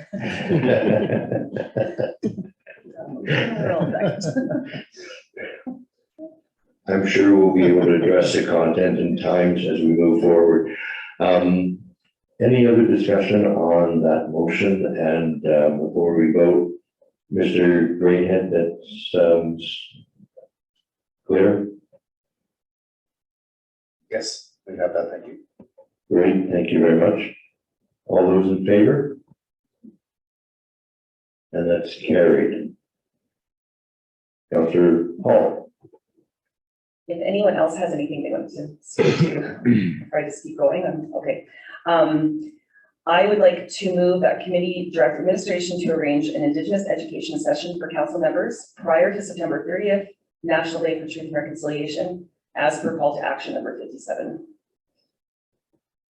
Maybe I'll read that call to action. So I like this one. Educate public servants on the history of Indigenous peoples, including the history and legacy of residential schools, the United Nations Declaration on the Rights of Indigenous Peoples, Trees, and Indigenous Rights, Indigenous Law, and Indigenous Crown Relations. Thank you for the motion. Any discussion on the motion? Mayor Ireland? Thank you, Deputy Mayor Melnick. I would like to hear potentially from Ms. Riddell on that timeline. I know that about a year ago, she spent considerable effort trying to get something similar done for us, including the blanket exercise. And there is such broad public demand across the province that it was tough to get scheduled. I know that I was able to avail myself of an offering through what used to be AUMA, August of last year, to take that training, and I think that opportunity still exists. So if the opportunities are out there, I don't discourage anyone from taking those opportunities, but whether it's feasible to get something scheduled for our own local, and you said by September 30th, that might be a challenge, and I don't want to set our staff up for something that's impossible to fulfill. So I see Ms. Riddell has joined us again, so perhaps she could let us know what challenges she would see in that motion if it was to pass. Thank you for the question through Deputy Mayor Melnick, through to Mayor Ireland. What I just heard in the motion is some training for council related to Indigenous history, Indigenous relations, topics that would be really relevant specifically in advance of September 30th, National Day for Truth and Reconciliation. The blanket exercise, I believe I heard you speaking about, we might have some limitations on whether we can get that organized prior to September 30th, just because it's more reliant on the structure from a third party that we would bring in. However, we have done several sessions on cultural safety as well as Indigenous relations. We have some great partners in the Mamawitchahitwin program out of Hinton, as well as Indigenous Tourism Alberta, and some very engaged Indigenous community members and our partner over at Parks Canada, Indigenous Relations. I feel like it would be very reasonable to be able to put together a couple of dates that council could consider prior to September 30th. I just don't know whether I can kind of promise like a blanket exercise.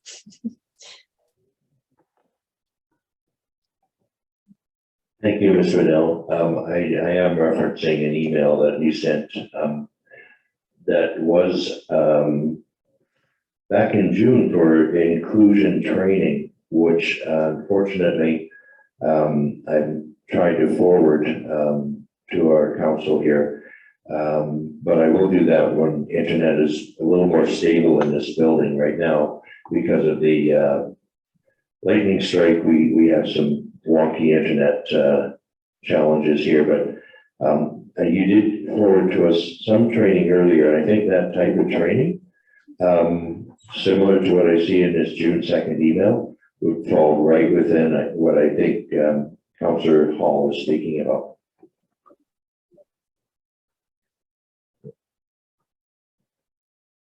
Any further comment on the motion? And thank you, Ms. Riddell, for your reaffirming that there would be opportunities to provide additional training. We're all good. All those in favor? That's carried. Councillor Hall? Thank you, Deputy Mayor Melnick. I think at that point I was here asking about the skate park and outdoor spaces and just the difference between a hockey arena and a skate park. I mean, I know there's a big difference between a hockey arena and a skate park, but why? I've always wondered this: when was the precedent set back in the day that skateboarders had to pay for their own infrastructure? Like when did that happen in the world? Because it seems to be a common thing. They have to fundraise, they have to find grants, they have to find donors. And we have the space to do it. We've got a dedicated committee of one person who's been working really, really hard to make this happen. At what point do we step in and take over or help more? Councillor Wilson? Yeah, I think when you're willing to ask the taxpayers for a huge amount of money, like a skate park is $1 million. You know, I wasn't around when the hockey arena went in and, you know, the activity center, but those were large projects that it was not just paid for by the municipality, right? I would suspect there'd be some provincial and federal monies behind that. So if you're willing to say, hey, taxpayer, we're increasing taxes X amount because we're putting in a skate park, like it's going to really show at budget time. Yeah, it definitely wasn't there's no motion there. I just, it's something I hear a lot in our town and, yeah, I'm wondering, do we know how much more money the skate association needs? I feel it's about $500,000 or $600,000, probably including our $300,000. I'm not sure. Mr. Reed, or sorry, Councillor, what, no, Mr. Reed, okay, thank you very much. Thank you, Deputy Mayor Melnick, through to Councillor Hall. So I don't have the exact point they are at the skate park effort itself. I don't exactly know where they're at right now. I know that this recent grant announcement either puts them very close to the what I understand to be the matching commitment that would then trigger the council's contribution as previously determined. But if I could speak, Councillor Waxman, would you like to add to that? Okay, so then if I could speak to your generalized question of why does the hockey rink, or why has historically something like a hockey rink, the swimming pool, the fitness center, these are all things, the activity center, these are all things that are well understood to be municipally funded and municipally supported. Councillor Wilson is correct in the sense that not entirely. So when there's a grant, when there's a partnership available with the province or the federal government or both, we of course capitalize on that. But why is the skate park not seen to be the same as the swimming pool? Is a question that boils down to because it has never been made so. All of the things in recreation are discretionary, if you will. There's no municipal law or rather provincial law that says you must provide a swimming pool. There's no municipal law or provincial law directing municipalities to provide a skate park. So it is within the purview of this community to decide when the skate park reaches the same threshold of prioritization as the skating rink already has, or the arena, I should be more clear. Why would we, so to be very clear, it is because there has never been a governance decision that said the skate park is this level equal to the arena. That is why administratively we have not treated it the same. Does that answer that question? Thank you, Mr. Reed. Perhaps I might add something just as a comment and an observation as you identified the other recreational facilities. I think each of the recreational facilities that you identified has a cost of use associated with it. And unless I'm wrong, I don't think the skate park has a cost of use associated with it. Mr. Reed. Thank you, Deputy Mayor Melnick. That is true. At this time, the skate park does not have an admission fee. Many of our amenities will give you, the Centennial Park does not have an admission fee. That playground required certainly a capital investment, and it requires regular maintenance. So why is the playground, where there's no admission fee, different than the skate park? Is only because the community sees them differently. And that might be a good point to clarify as we compare different facilities and how they are, potentially the cost of maintaining them is significantly greater than other facilities. So good discussion, I think. I don't know if the councillors have any other comments they wish to add. Ms. Riddell, you're still on, I believe.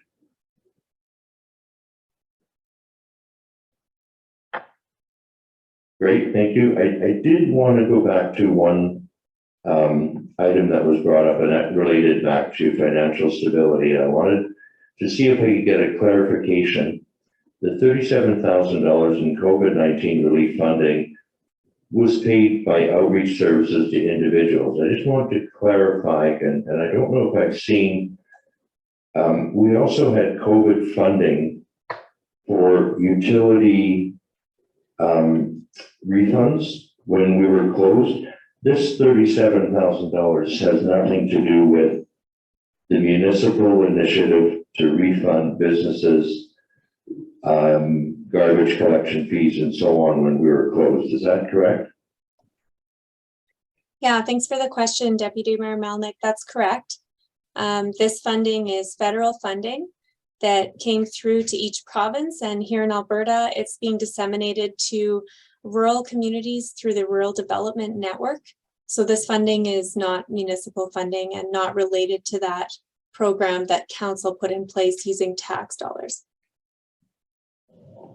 Great, thank you very much. And it just begs another question that it would be interesting to see at a future meeting what funding was paid out back into the community to various businesses who applied for that opportunity as well. Because I think when we take a look at financial stability, we're talking about individuals here in the community conversations, but I think our businesses needing to be stable as well through that period of time. And it'd be important to recognize that council did make and avail of funds to help offset costs that businesses had. I don't have any further comments. I'm going to look around the council table. Councillor Watson. I've been giving some more thought to some of my earlier comments about the environmental piece, and given the importance of the environment, and I'd like to make a motion that committee recommend to council that administration explore capacity to undertake work identified by the environmental responsibility conversation.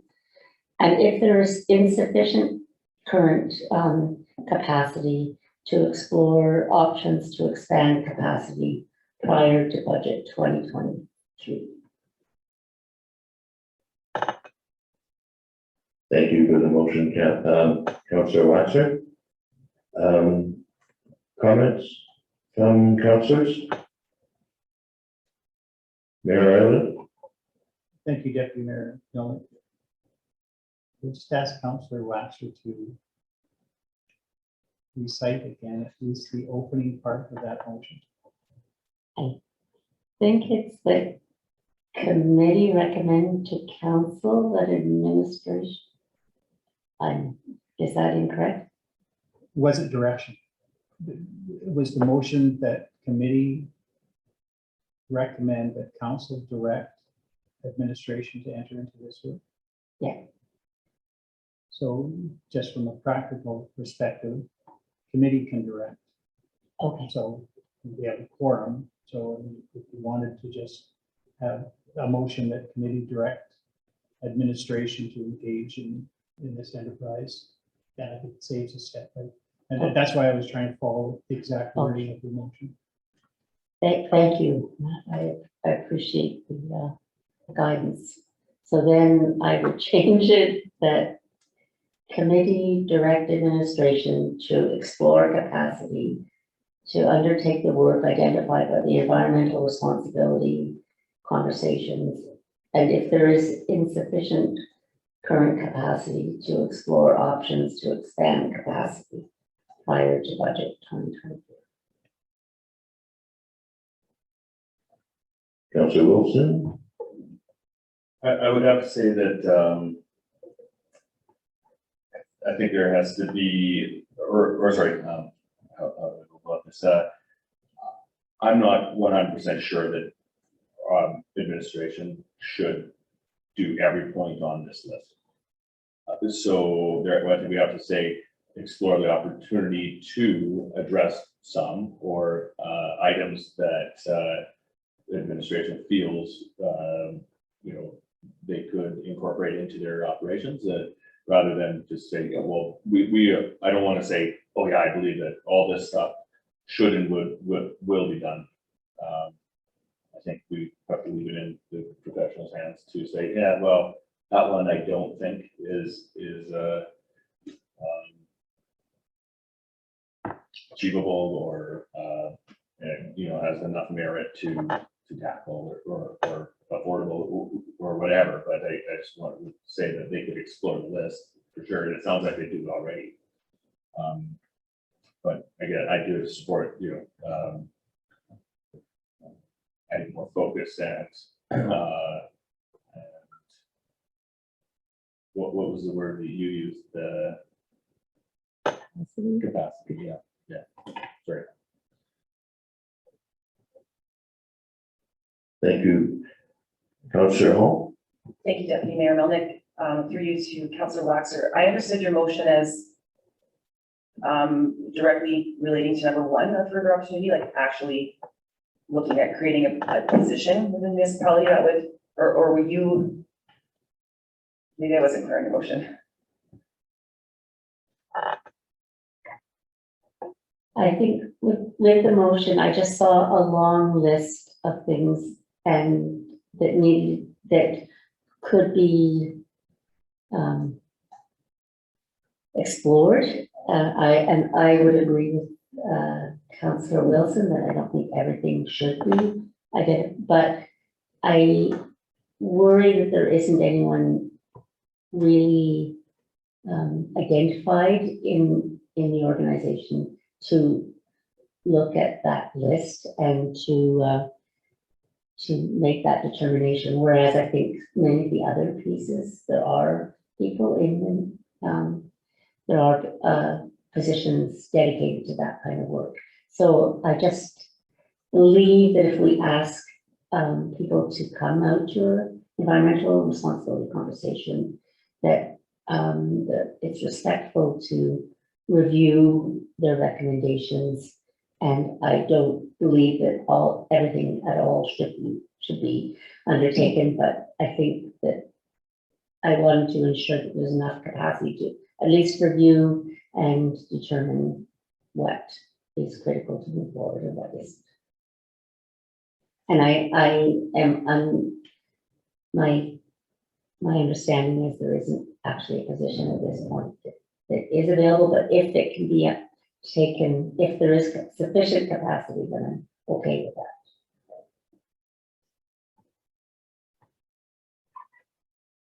If I may ask, Ms. Riddell, on the further opportunities that are included or the direction of the motion, are you making progress, or that's not the right way of putting it?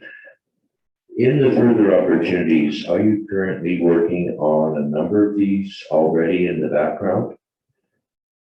Or are these, because I do see we have the support the production of food locally, and I believe that's part of the food working group that we developed. So I'm just wondering if we may be duplicating efforts here, and perhaps I could get some clarity either from yourself or perhaps Mr. Reed if you have other clarity. But Ms. Riddell? Sure thing. Yeah, Deputy Mayor Melnick, through to all of council. The items listed under further opportunities certainly are items that, you know, administration, you know, we have on our radar because we've been hearing this from community conversations. The items that administration considers to be squarely within our scope, our authority, or existing budget are summarized under that successes to date section. Just that's the stuff that, you know, we're able to just say, yeah, this is a great idea. That looks like it's going to work within this budget, and I've got the authority, let's say, to make a call or to proceed with that. A really good example is that acting CAO Greathead brought up earlier. We revamped the communication around recycling and compost. We don't need any further direction from council on any of that. And again, council's activity to strike a food security working group is listed under that successes to date section.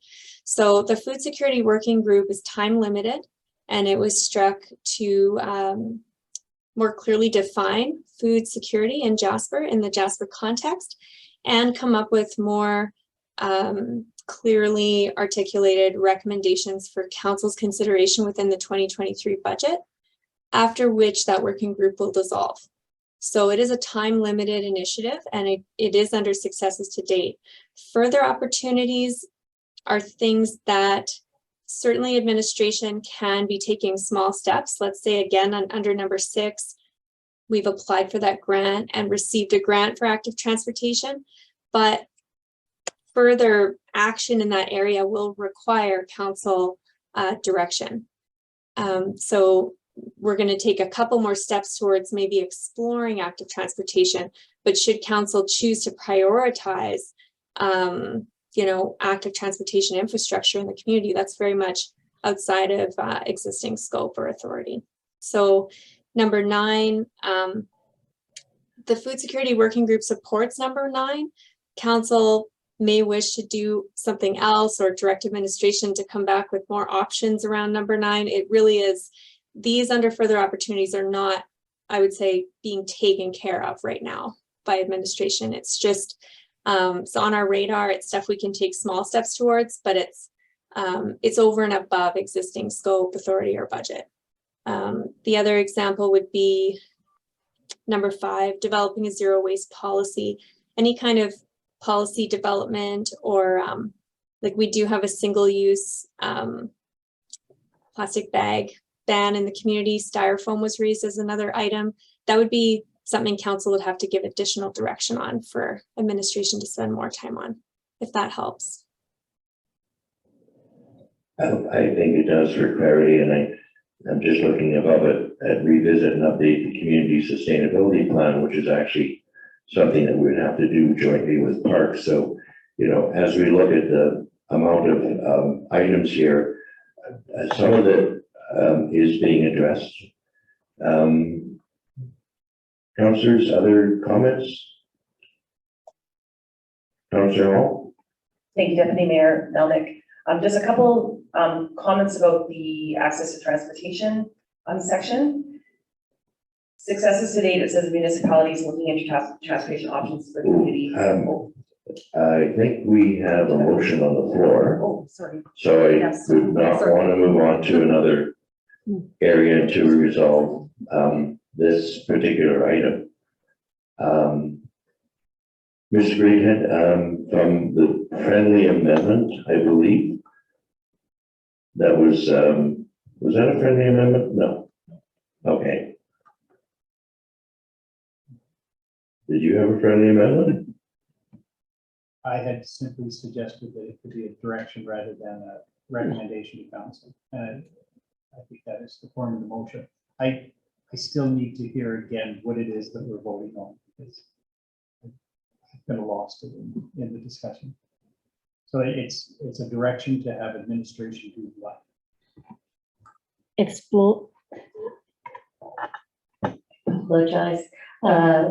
Explore capacity to undertake the work identified by the environmental responsibility community conversation, and if there is insufficient current capacity, explore options to expand capacity prior to budget 2020 discussions.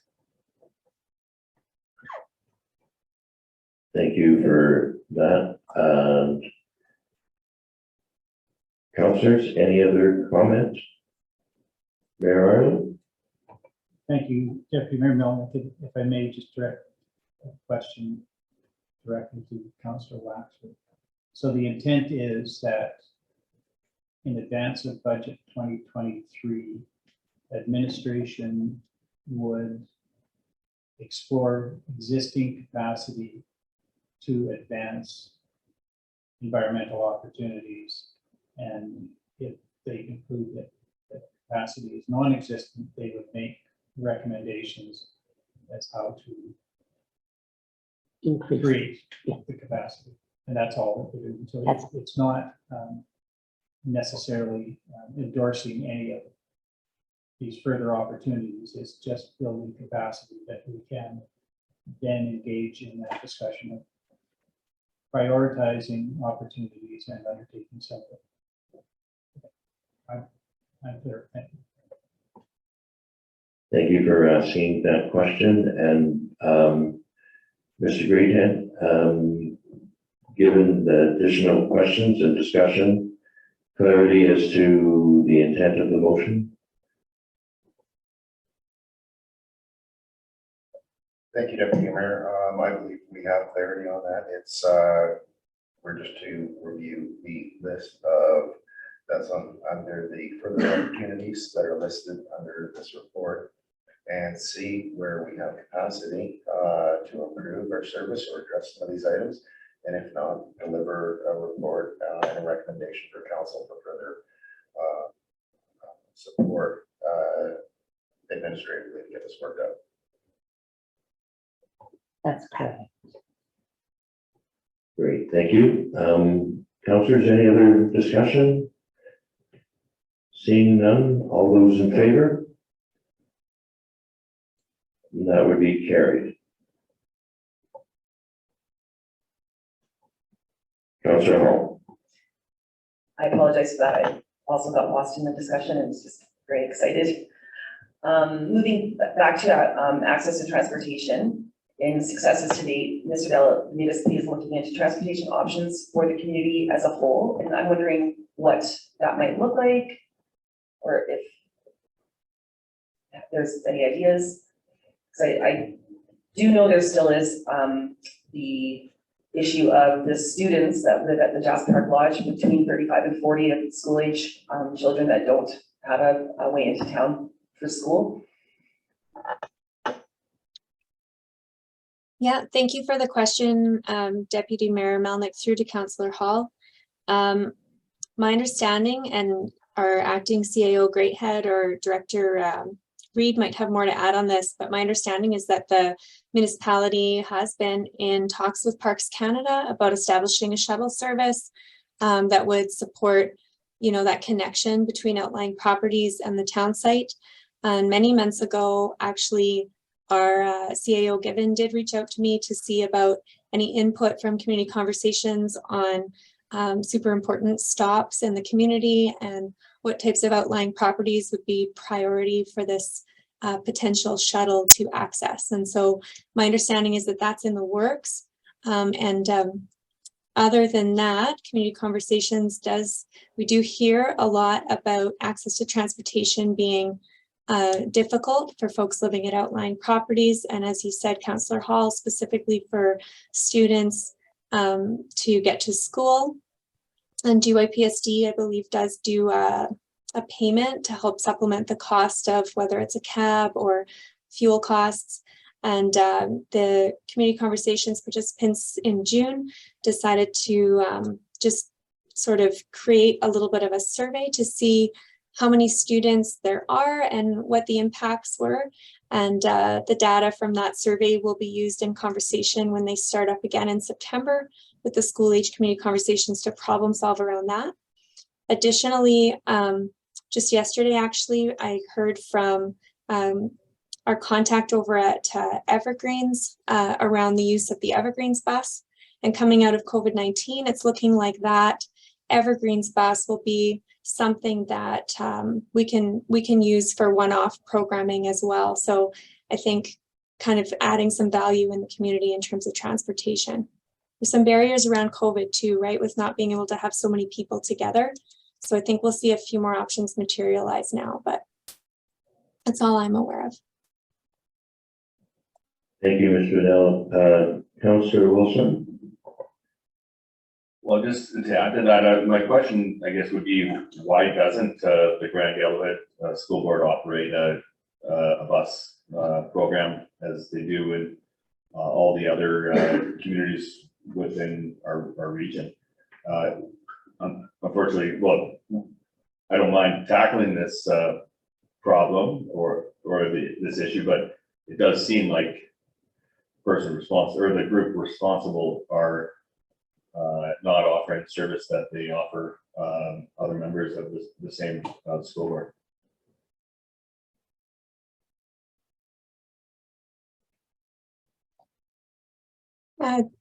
Deputy Mayor Melnick, through to Councillor Wilson, I can't speak to the GYPSD status on whether they're operating a bus or how come they're not. But what we're hearing in terms of access to transportation, it does extend beyond just students getting to school. Something we really hear about is with our remote location, you know, it's difficult for, well, recently we've heard about, you know, our new Ukrainian nationals that have relocated to Jasper, increasing challenges.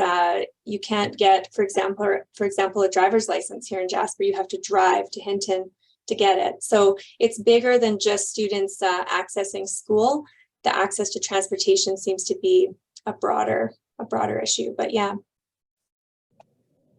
Thank you for that, Mr. Elwood. I think for clarity, in the regular council meeting of July 19th, we voted and awarded a request for proposal for public transportation.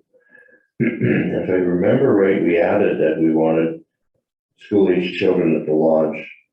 They don't have accessibility, and that was to be part of that feasibility study. So I think we may be already acting on this independent of the community conversations, if I recall that motion correctly, on July 19th.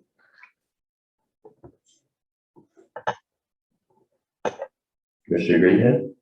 Thank you. On the motion action list, CEO given has the public transportation item to return to council and committee in September of 2022. I believe that we can make the notes necessary to make sure if possible to include that consideration. Mr. Grant's board. Great, thank you very much.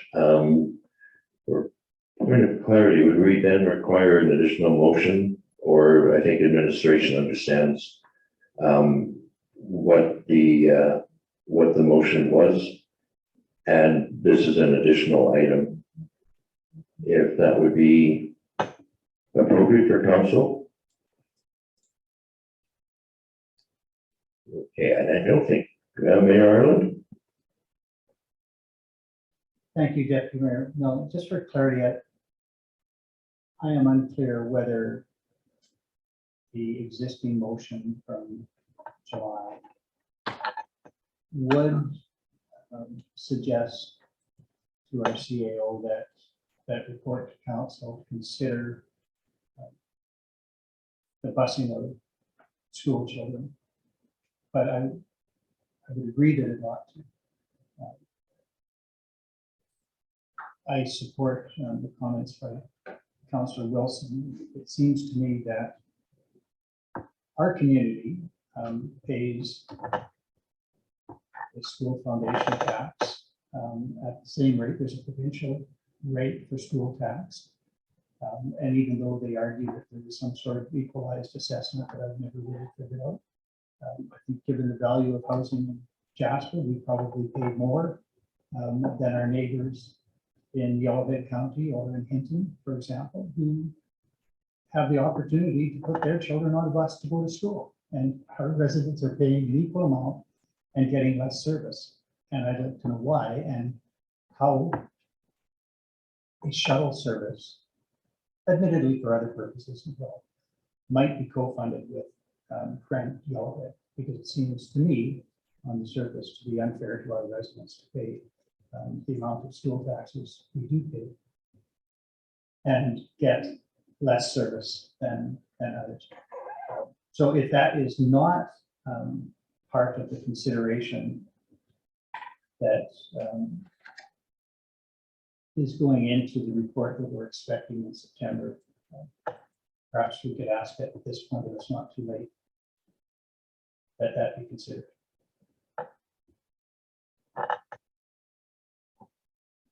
Thank you, Mayor Ireland. Looking to administration, that point, can that be included?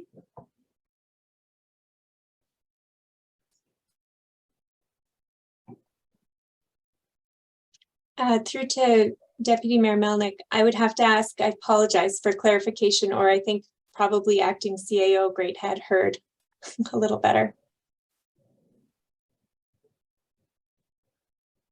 I believe that we could have this added into the report that's to be prepared, but it may in fact be September 22 deadline. I think that's the only hindrance this request would have.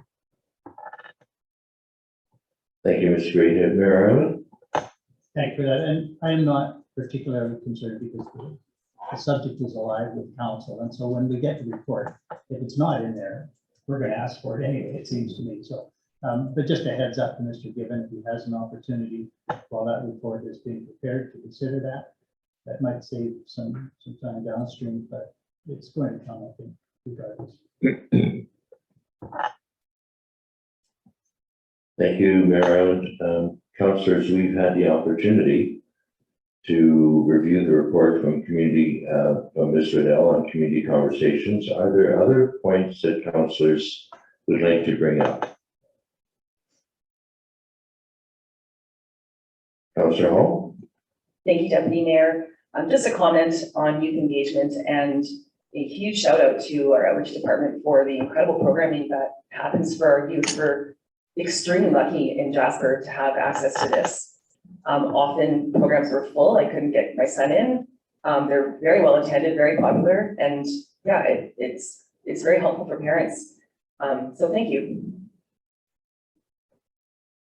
I also didn't notice any further opportunities, so I'm assuming everything's all good in that that ends. Thank you, Councillor Hall. I'll just add my overall comment that I am very impressed with the amount of successes that were identified in the report across a number of different topics. And I think administration and Mr. Adele and individuals who contributed are to be commended for the things that we're able to pull together here in the last 5 months. And I believe this report very comprehensive. It had a great discussion here today at council. We do need now to move to, I believe that a motion to receive the community conversations report for information, and we have taken action on it. I believe the formality of receiving it for information, though, still needs to be done. Motion from one of the councillors. Councillor Hall. Any discussion on receiving the report? All those in favor? And that's carried. We are now moving on to item number, Mr. Reid. Deputy Mayor Melnick, if I may make one comment from administrator's point of view, this is the second report under the new structure. And in this meeting, council certainly activated far more change or activated themselves on some of the opportunities. And so I just wanted to acknowledge that administration is going to take that as a sign that the reporting we're giving is more in line with what you're looking for. And having said that, if you do have any feedback for us, feel free to just send us emails. You don't need to make it part of the meeting, but this is very much a living, breathing, working thing that we are co-developing with the help of council. And so any contributions you have to help us support you better, we would be happy to do that. But this seemed to be more from an administrative point of view, more in line with what you were hoping for because you activated more. So that's the kind of feedback that I'm taking from this. Any other feedback, please feel free to give us at any time you feel appropriate. Thank you for that, Mr. Reid. Appreciate that. Item number 7.5, September meeting schedule.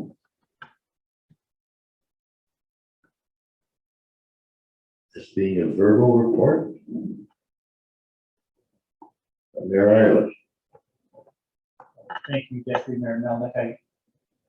I will claim responsibility for having this on the agenda, and It is here because in later September, the 24th, I think, is a meeting date, or the 20th? 20th, thank you. Is a day when we will have quorum of council elsewhere and not here. I think there will be 4 councillors at the conference or pre-conference sessions for our provincial association, so we won't have quorum here. So we should probably now cancel that September 20th meeting formally so we can get notice. And we could consider whether we simply want to cancel it or try and make it up at some other time. Thank you, Mayor Ireland. Discussion on the item?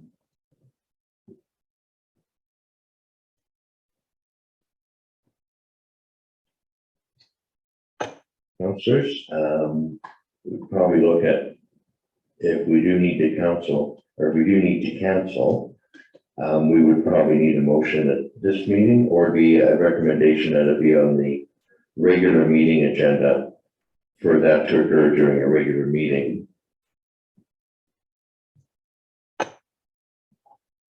So we need a recommendation for an agenda item for the regular meeting regarding the September 21st, I believe, September 20th meeting that needs to be canceled or rescheduled.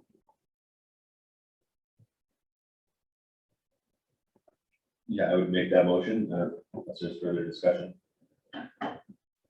Any further discussion?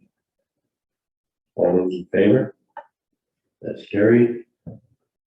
Item 7.6, Cabin Creek traffic. Councillor Laxer, this is your item. Thank you for your time. I have been approached by a significant number of neighbors who have expressed extreme concern about the speed of traffic entering Cabin Creek West from Bonhomme, especially given the curve in the road and the cars parked along the curve. This concern is heightened by the volume of pedestrians who cross the street to continue on the creek, on the trails following the creek. The solutions that these residents have offered are painting the curbs yellow around the curb to stop parking and improve visibility, adding speed bumps along Cabin Creek Drive, and potentially adding a crosswalk connecting the creekside trails. I am not suggesting that I have any expertise in what would be the best option, but I wanted to raise it publicly because there is a lot of concern about the safety in that area.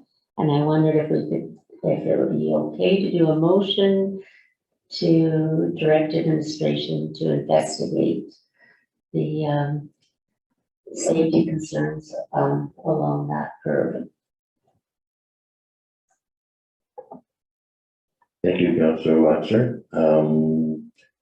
And sounds like I hear a motion directing administration to review that area for addressing safety concerns. Other councillors, are any comment? Councillor Wilson. Thank you for bringing that up, Councillor Laxer. I do support any action that we can take to quell our slow traffic. In my mind, I wouldn't support blocking off parking. It's a very congested area already, so taking away parking from that area might be problematic. But there are other opportunities. Going back to the reduction of speed, that was only one thing we did. We knew that it wasn't actually physically slowing down drivers, and there are opportunities that Mr. Gray, head in his department, can use to slow that area down as you kind of enter a more congested area. Thank you, Councillor Wilson. Mayor Ireland. Thank you, Deputy Mayor Melnick. Through you to Mr. Greathead. we used to have a traffic advisory committee of which a councillor was, or to which a councillor was appointed. I think that's no longer the case, but administratively, is there still a transportation committee that looks at this sort of stuff in conjunction with the RCMP?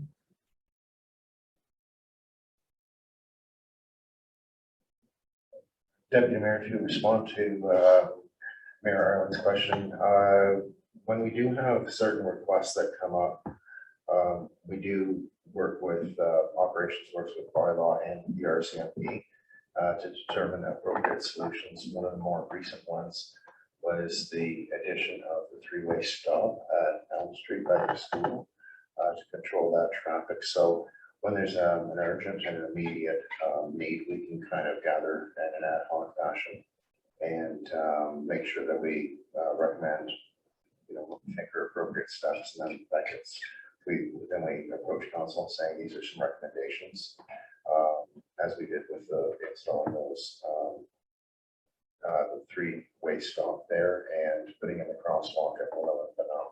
So those were another item that was raised at council that was sent back to administration. That's what we ended up coming and working as a solution with the RCMP and with bylaw as well. So in an instance like this, with this,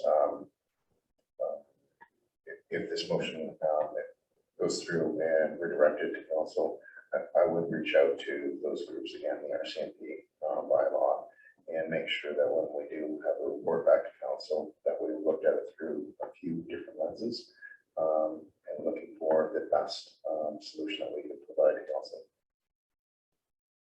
If I may, and it might just be my failing memory, but I do not recall council specifically approving that three-way stop at Elm and Turret, although maybe we did. But I just wonder whether if we simply direct administration to work through the channels you've just described and take appropriate action, it might be better than having it come back to us. So it seems to me that safety concerns can be resolved administratively as well as at political level, and you can conceive with the RCMP and bylaw the best solution.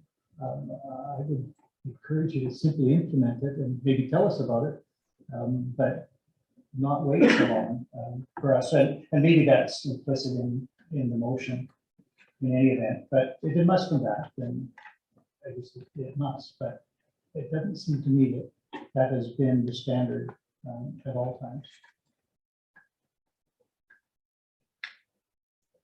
Thank you, Mayor Ireland. It depends on the motion of the council. So if council directs us to implement safety measures as deemed appropriate, then we would go about that and just get the work done.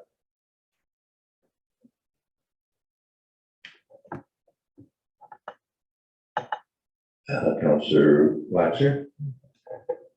I would accept that as a friendly amendment. Perfect.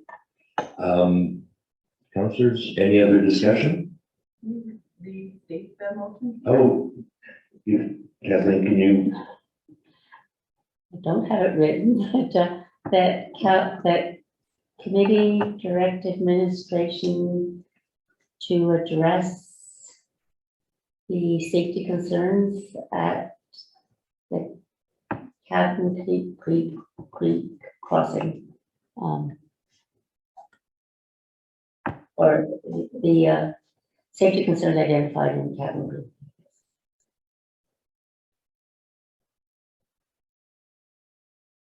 And I think for clarity, it was to also implement the recommendations based on consultation with other departments, RCMP and bylaw.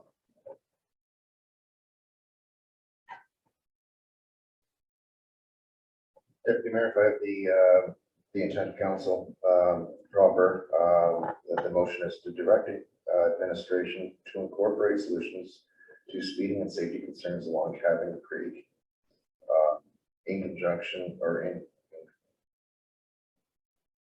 Consultation. yes, consultation, thank you, with the RCMP and bylaw, and as well take a look at the Cabin Creek pedestrian crossing area. Thank you. So you got clarity on the motion to Councillor, is that clarity on the motion? That looks like we are ready to vote. No other comments? All those in favor? Carried. We are now moving on to item 7, Mayor Island. If I might, Deputy Mayor, no, just before you do move on, just a question on the same topic and not part of the direction.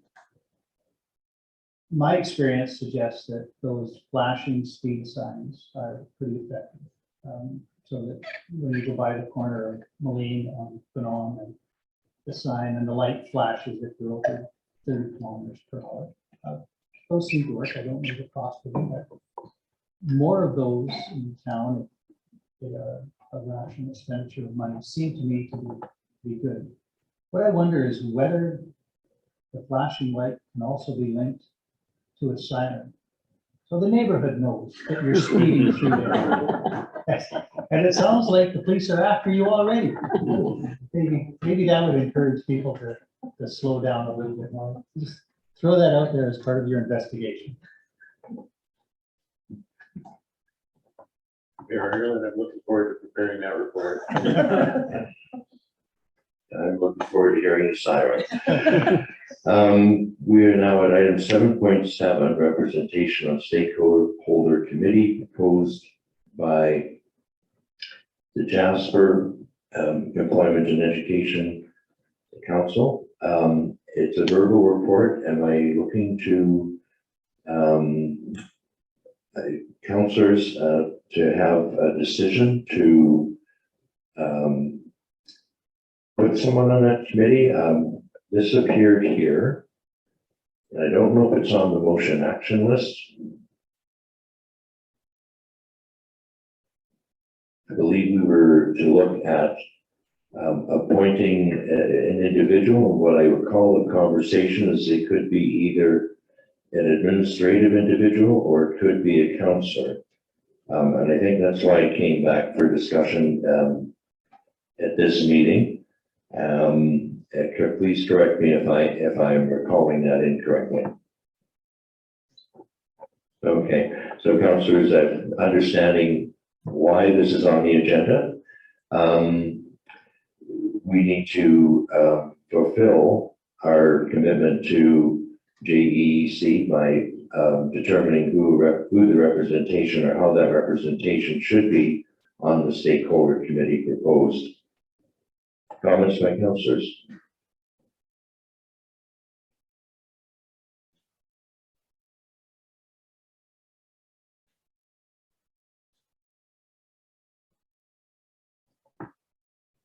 If I recall, Councillor Hall?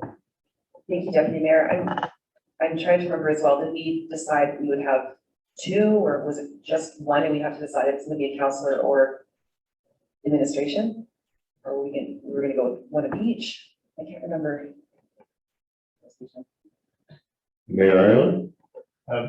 Thank you, Deputy Mayor Melnick. I think Councillor Hall. My recollection is, I think I made the motion, so I should have a recollection, was that we simply indicate because there was an urgency that we would have a representative that didn't confirm the details, and I think that met the urgency to give the province an indication that the municipality would appoint a representative or representatives to the stakeholder committee, but we hadn't yet determined. And so the question then is still live with us, whether it be a member of council or administration, or potentially 1 of each. So that's where we're at. We haven't, all we have said is that yes, we will engage, but we haven't determined how. And I'm not sure that there is an urgency to select either individuals or even confirm whether it be council or administration, but it is an unfinished part of the request to us. So that was brought forward, so we don't lose sight of it. And I don't think that it is part of the motion action list right now. I brought it forward because I don't want to lose sight of it. So I take it this would be potentially a piece of business that would be tabled for a future meeting and added to a future agenda of the committee of the whole. It could be. I would like to get it on the motion action list so we don't lose sight of it. But then I think we should identify some action that we're expecting. And perhaps what we could do is just have a direction that administration prepare a report on who might be appointed or whether it be council. I don't mean who is the personal issue, but whether we should appoint a council representative or a member of administration or some combination. Just so there is an action to be taken. That action is that administration will report back to council at some point. It looks like September is busy already. So if we have time, perhaps in October. Thank you for the clarity. Councillor Waxer? I was just going to say that the perspective, they may have two different perspectives, council members and perhaps say a settlement worker would have a different perspective. So it may be valuable to have both. But I'll leave it at that. That was my thoughts.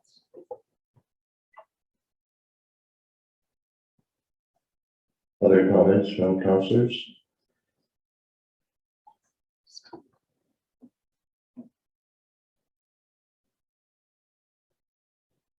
Isn't it on? Thank you, Deputy Mayor Melnick. I'll echo Mayor Ireland's comments that the request was dealt with in terms of council at the last regular meeting approved participation in the stakeholder committee.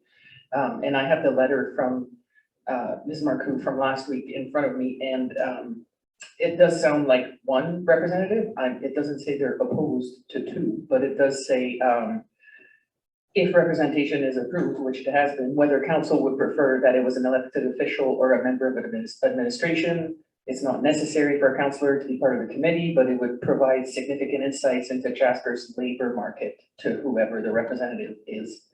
And just from an administrative perspective, the information that council had is the information we have. We could certainly engage Ms. Marcoux further and find out more information, but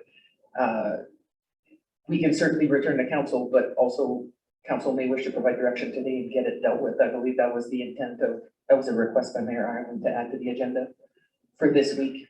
So the information's there. We're happy to return, but also happy to take direction from council today if you're ready, but if you're not, that's okay as well. Thank you, Mr. Dunn. Mr. Reid? Thank you, Deputy Mayor Melnick, and through to all of council.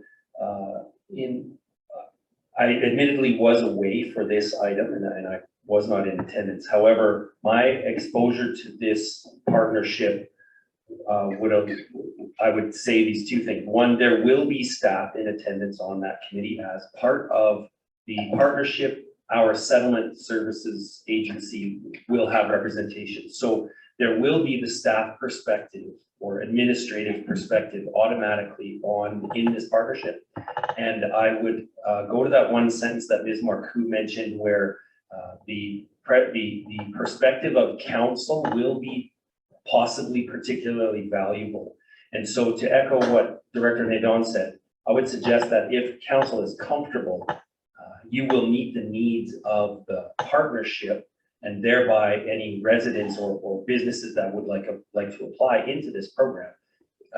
If one of you was willing to step forward, administratively, we will have representation anyway.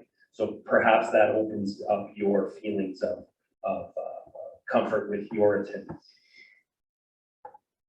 Thank you for both of those perspectives, and I'll go to Mayor Ireland. Thank you, Deputy Mayor Melnick. Yes, thank you, Mr. Reid. I appreciate that. And as municipal staff, are going to be engaged anyway. It's no problem appointing a counselor, although as I read that paragraph in the letter, I think being on the committee serves council more than council serves the committee. I mean, it would provide insight to council, but I'm not sure how much insight council would provide to the committee. But it would be an educational opportunity for a counselor. So, however, I very much appreciate your comments on that, and I would support a motion that council appoints an elected official to the Rural Renewal Initiative Stakeholder Committee. Well, you don't make that motion. I was about to say, I think I heard a motion in there, so thank you for that motion. Councillors, any discussion? There being none, I'll call the question. All those in favor? That's carried. We're now moving on to items Bear Island. Typically, the mayor gets to appoint people to committees. Are there volunteers who might like to get appointed? I see a volunteer.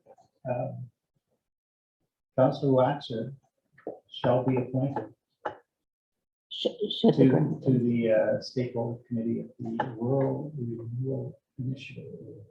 Thank you for that. Thank you for that, Your Worship. All right, we're at 7.8. Parks Canada discussion regarding, I believe, fruit trees on municipal lands. Go ahead, Mr. Greathead. Thank you, Deputy Mayor. Last week, the staff from the Human Wildlife Conflict Management Group had approached me, citing numerous bears in town, and they're becoming increasingly problematic. Part of the problem that they've addressed or have assessed so far is the wildlife corridor that is natural along Cabin Creek has 21 of the pin cherry trees in the area that are being frequented by the bears, and it's just a natural draw for them. My understanding is that there's been as many as 8 bears in a small area, sometimes concentrations of under 200 meters between all 8 bears, and they're really gathering. We have one solo bear in town that's noted, a mother with 3 cubs and a mother with 2 cubs, and they're consistently in the area. Some of the pictures that have been that Parks provided show the bears in very close proximity to playgrounds and municipally owned benches and some of our other facilities that are in town. Administratively, I propose that I can address the Cabin Creek areas, the 21 trees that they highlighted along the riparian zone that's in between Benama and Patricia. Those ones, I think we can remove them pretty easily, and as well as some of the ones that are problematic within our playground areas, certainly where we can't fence the playground off, either the bears out or the children and residents out. So those ones I'd like to address right away. Going forward, though, I think that the municipality and Parks Canada should be entering into a more collaborative approach for a long-term solution to deal with the fruit trees that constantly draw the bears out of town. On municipal property, we did a survey 2 years ago, and there's 143 fruit-bearing trees within our own property that should be addressed as part of a comprehensive or a wholesome plan. And then also there's potential of working with Parks Canada to incentivize homeowners to replace fruit trees that are on their properties with non-fruit trees. And And so there's a few options that should or could be considered going forward on this issue. So I just raised this to council today. Ideally, to ask how council would appreciate or how would like to proceed a plan, a comprehensive plan going forward. So right now, I'm highlighting the concern and the request that's come from Parks, but more to assess what council's wants and requests would be as I prepare a presentation in the future.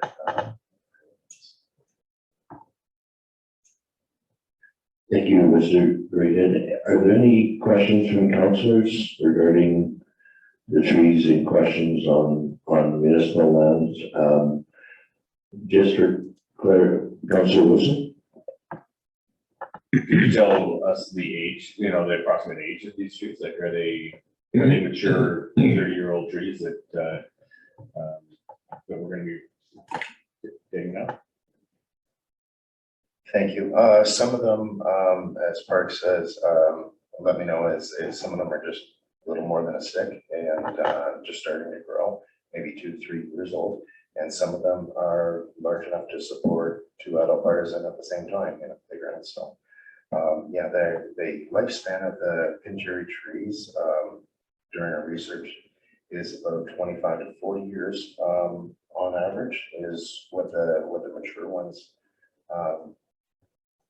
last for. And we do have numerous established trees throughout our town site.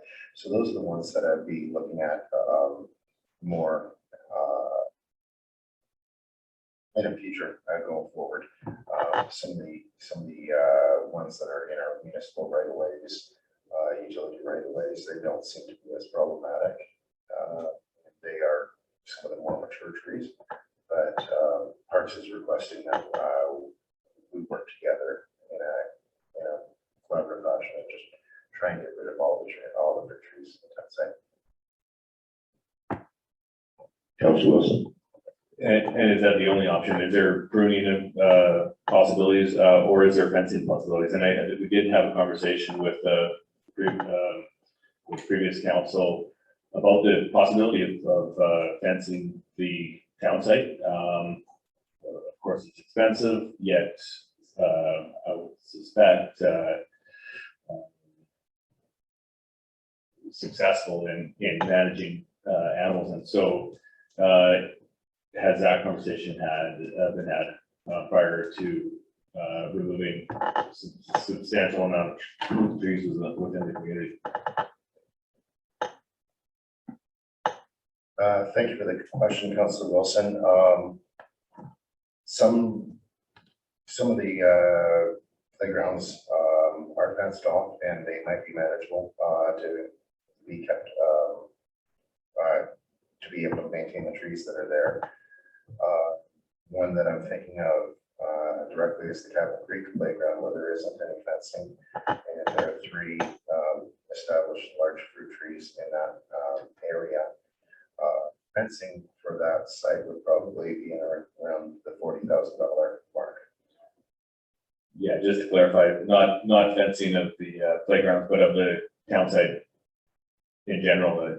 Parks Canada hasn't used fencing along all of Highway 1, and they direct animals away from the highway, as well as town site, I think, is fenced. And I can't be 100% sure on that, but no, like actually large scale, and not on our dime, rather Parks Canada. To my understanding, to my knowledge, there's not been any of those conversations regarding fencing the entire town site.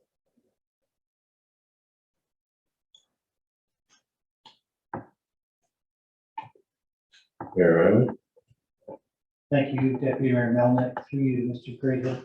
Can I just have you again confirm what is the plan for next steps? I noticed from the email that you received from Parks Canada 3 days ago they want to take immediate action. And you spoke about a report back to council. Just clarify for me where you think we stand with potentially the immediate removal of some of the problematic trees. Thank you, Mayor Ireland. Administratively, I would like to proceed with all the trees that are highlighted in the Parks report. And that would mean the wildlife corridor going along Cabin Creek, so the 21 pin cherry trees that are in that area, as well as any that are in our active playgrounds. After that, for further replacement, you know, and for tree reduction, you know, I believe that we need to come up with a more comprehensive approach. I don't think this is a problem that we're going to solve this year, but I could lessen the risk, or I believe the town could lessen the risk in the immediate term by those removal of those trees. Councillor Watson. Would that include the pathway from Cabin Creek Drive down toward the, 'cause I know there's a number of native trees there that are also fair attractions. Thank you, Councillor Waxer. Right now, I would respond pretty much just to what Parks has requested. Having said that, I think this is something that it's not an item that we should be deferring for too long before we make a decision going forward. So I think I would put that into the next steps of the, you know, anything that Parks hasn't highlighted right yet as an immediate concern, as the next steps as we go forward, and that could be brought back as a presentation to council. Thank you.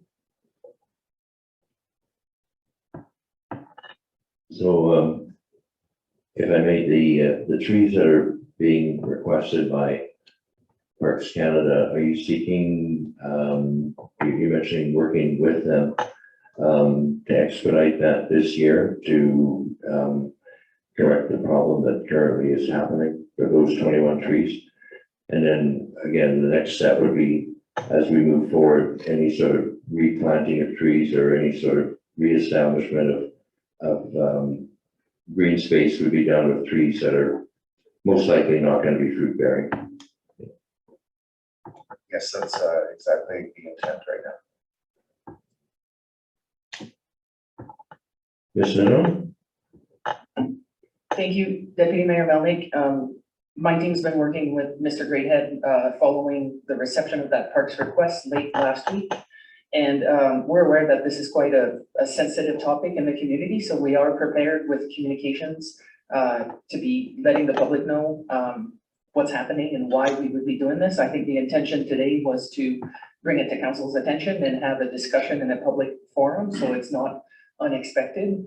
And as Mr. Greathead outlined, we've received a specific request from Parks Canada to target the trees that are in the riparian area, so right by Cabin Creek itself, as well as the little playground between Patricia Street and Stone Mountain Village, essentially.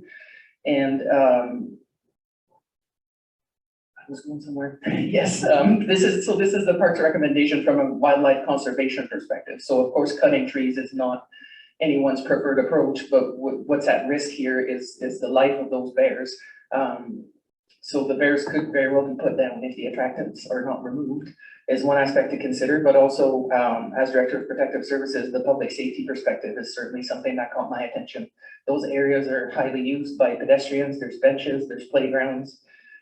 So to address the immediate problem, there's trees in residential areas, there's bears in residential areas currently.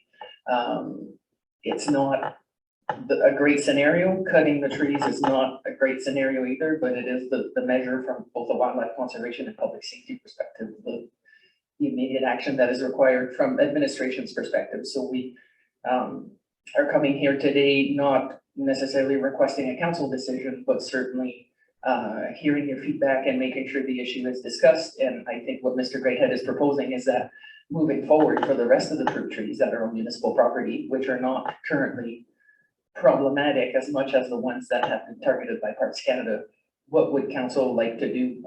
So Banff, for example, has and that's not just on municipal land, but Banff has a program to incentivize residents to remove fruit trees from their own properties. So there's a grant program to help you remove the mountain ash or whatever might be on your own property. And there are other areas in municipal land that have those fruit trees, but the ones we are considering currently are the problematic ones in Cabin Creek specifically.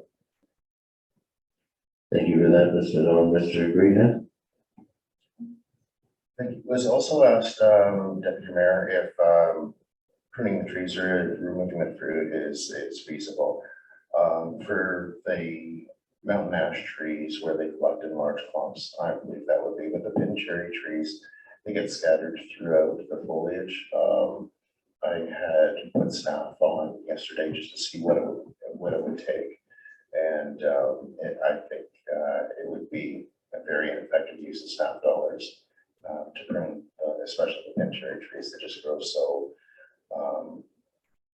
fast. It's not like you can cut down a large bunch at a time. They're individual trees every inch, 2 inches along the entire length of the branches and stuff like that. So I don't think pruning the cherry trees is feasible. And just want to also remind council and any members of the club that might be paying attention to this is that Parks is still offering a service to remove trees in residential lots. If the homeowner is willing to have the tree removed, they'll provide the labor and service to get rid of the trees. They're seeing this as being a more problematic, or the bears are becoming more problematic year after year as they get more conditioned to living close to the community. They're just wandering in and out. So that's the urgency from Parks Canada as well. When I was discussing this from our first phone call to the actual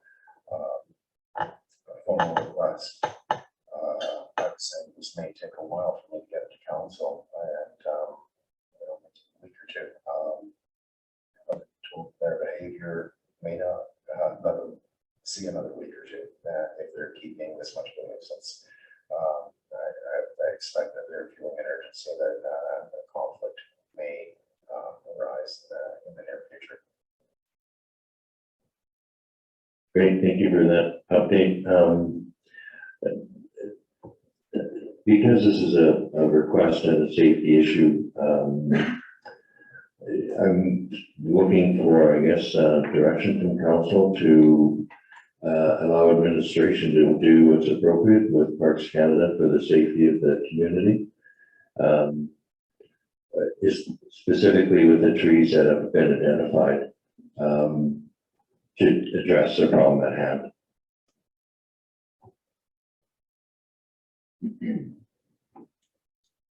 Councillor Watson?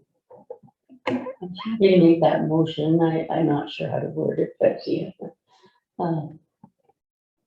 Mr. Dillon, you might have a motion there or a suggestion?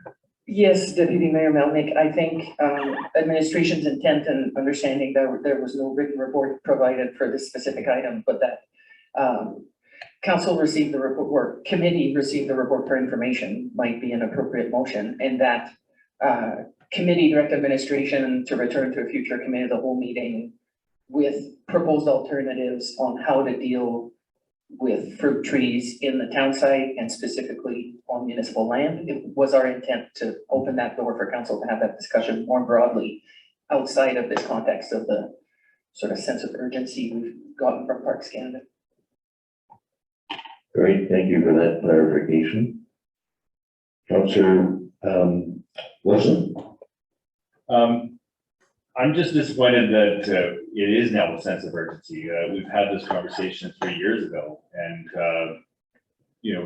now because the Bears are back in town last week, it's a sense of urgency, and we have to make like quick moves to make this happen. Like Parks knows that the animals are coming back. We could have that conversation over the winter, over in the spring, in the fall, but we're having it like on the day, the week that the animals come back, and it's just disappointing that we have to make a pull the trigger on a decision of removing a vast amount of trees in our community, because the bears are back all of a sudden. Well, we knew they were coming back, and I'm just disappointed in it being proposed to us in this way. And it's not, of course, administration, it's Parks Canada and their letter to administration. Thank you, Councillor Wilson. That's why I was proposing that, I wanted to bring this to council's attention right away. I would like to take some administrative action from my perspective.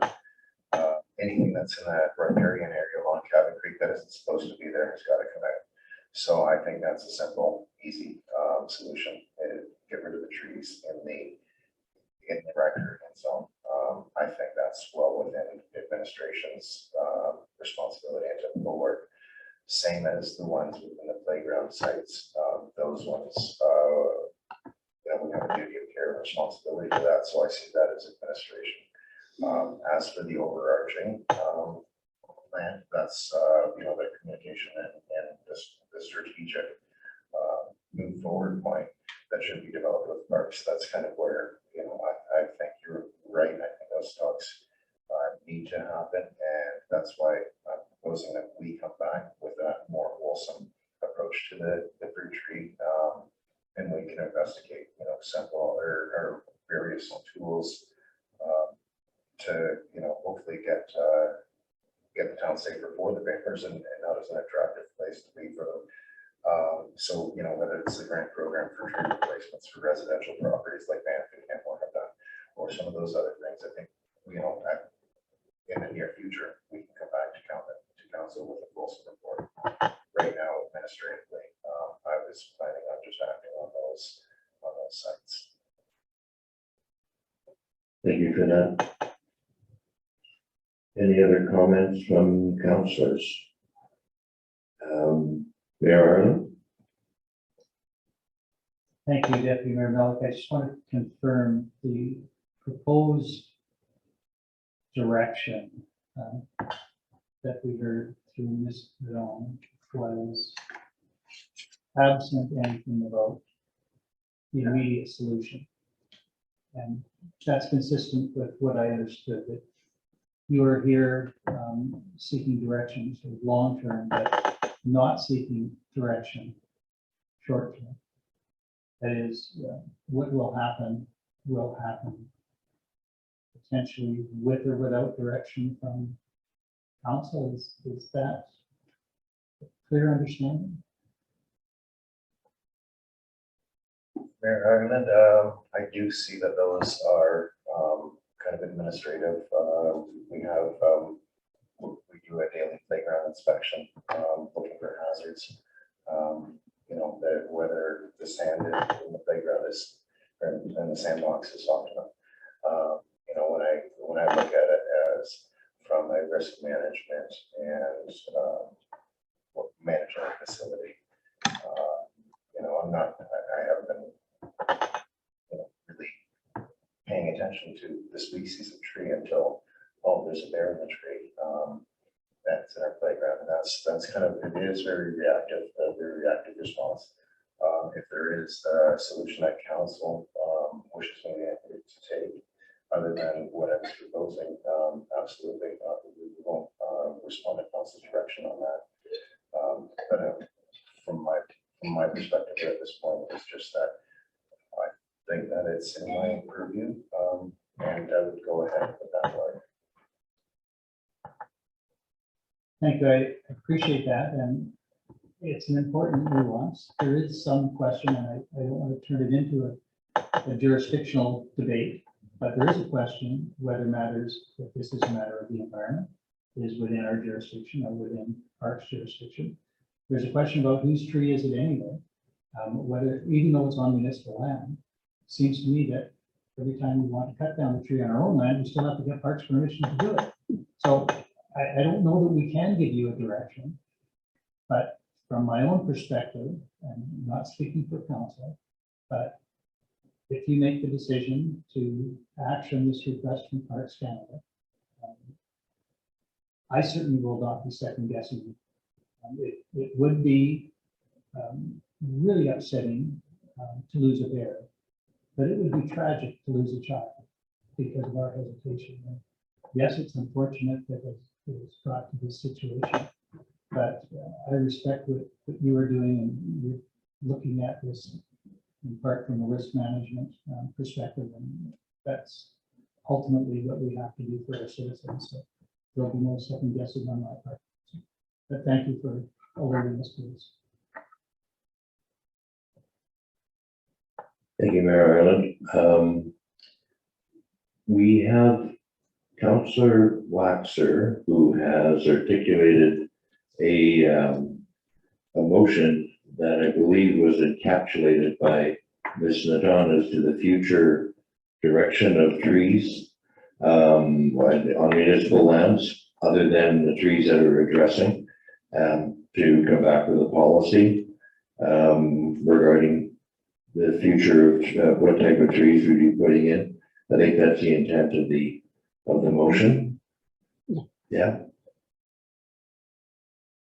Everyone is in agreement that that is the direction we're going. If there's any other discussion, all those in favor of the motion? And that's carried. Brings us to the motion action list, number 8, and I believe this is here for information.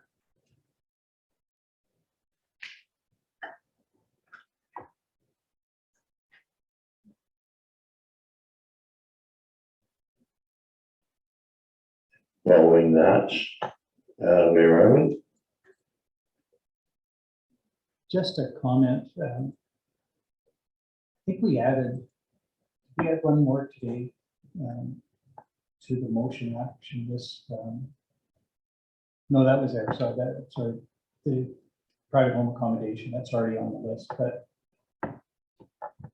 we have 11 items, I think, on the motion action list coming back in September, and we've just canceled one meeting.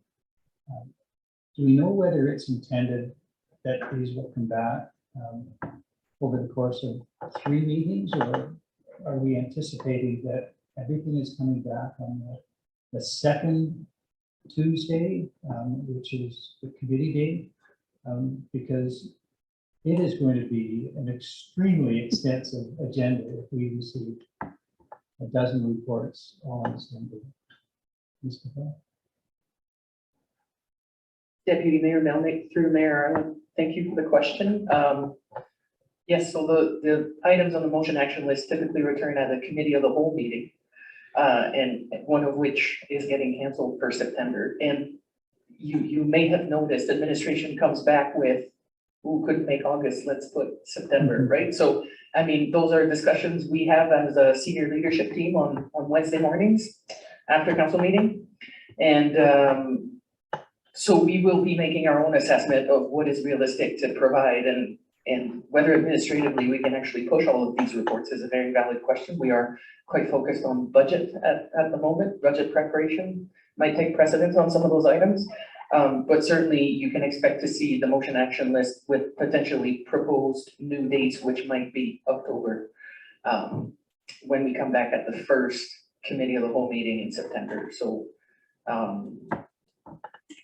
yeah, so there's a bit of a triage that happens administratively, gets put forth to council, and that would be your opportunity to suggest that there is an urgency to specific items, or some items you might not want to see deferred, and then we would take that into consideration when we make those decisions. But it's unlikely that they will all come in September. If I may. Mayor Ireland, yes, go ahead. And thank you for that. Perhaps reading my mind a bit when I made the first mention of the workload. So from my perspective, the utilities model review is scheduled for September. Council has made a very hard commitment to review after 3 or 4 billing cycles, whatever it was. I think we have an obligation to move forward with that utility model review, as we said we would. And from my perspective, developing a municipal position on private home accommodation is not something to be delayed. So those two, I would really like to see come forward, and I'd be happy to leave administration to sort out other priorities, but I would think that the museum storage container, well, there might be some urgency in that. Bridge and 20 municipalities probably don't need that for the staff to make other determinations, but at least those two, I think are clear priorities from my perspective.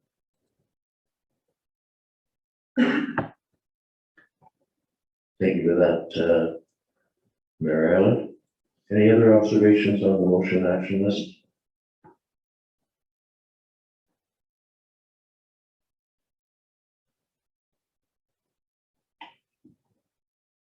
Not seeing any or not hearing any. This is normally just received for information in this meeting, correct? One has updated date changes. I beg your pardon? Has updated date that you have to approve. Okay, thank you. So then we would be looking for a motion to approve the motion action list with the dates that have been updated by administration.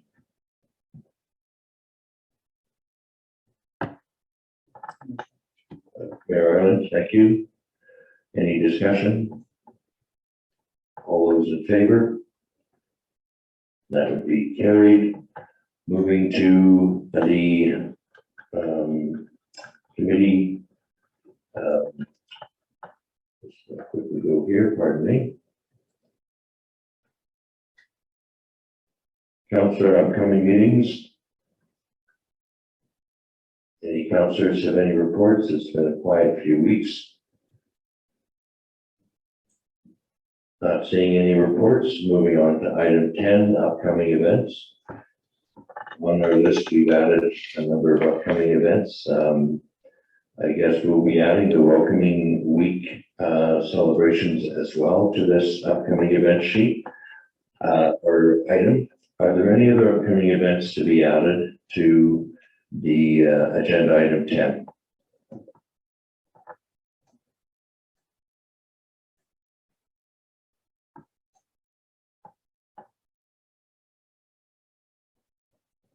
None. This is an item for information.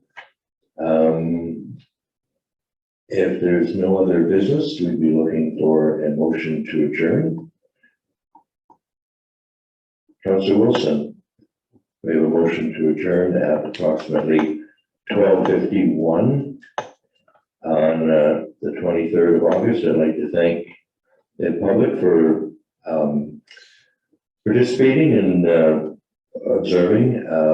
Those who will be watching afterwards, thank you very much for logging in on our meetings. To administration, thank you very much for everything today, and councillors.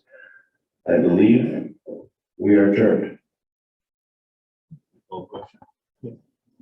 There you go. Thank you very much. All those in favor? Thank you.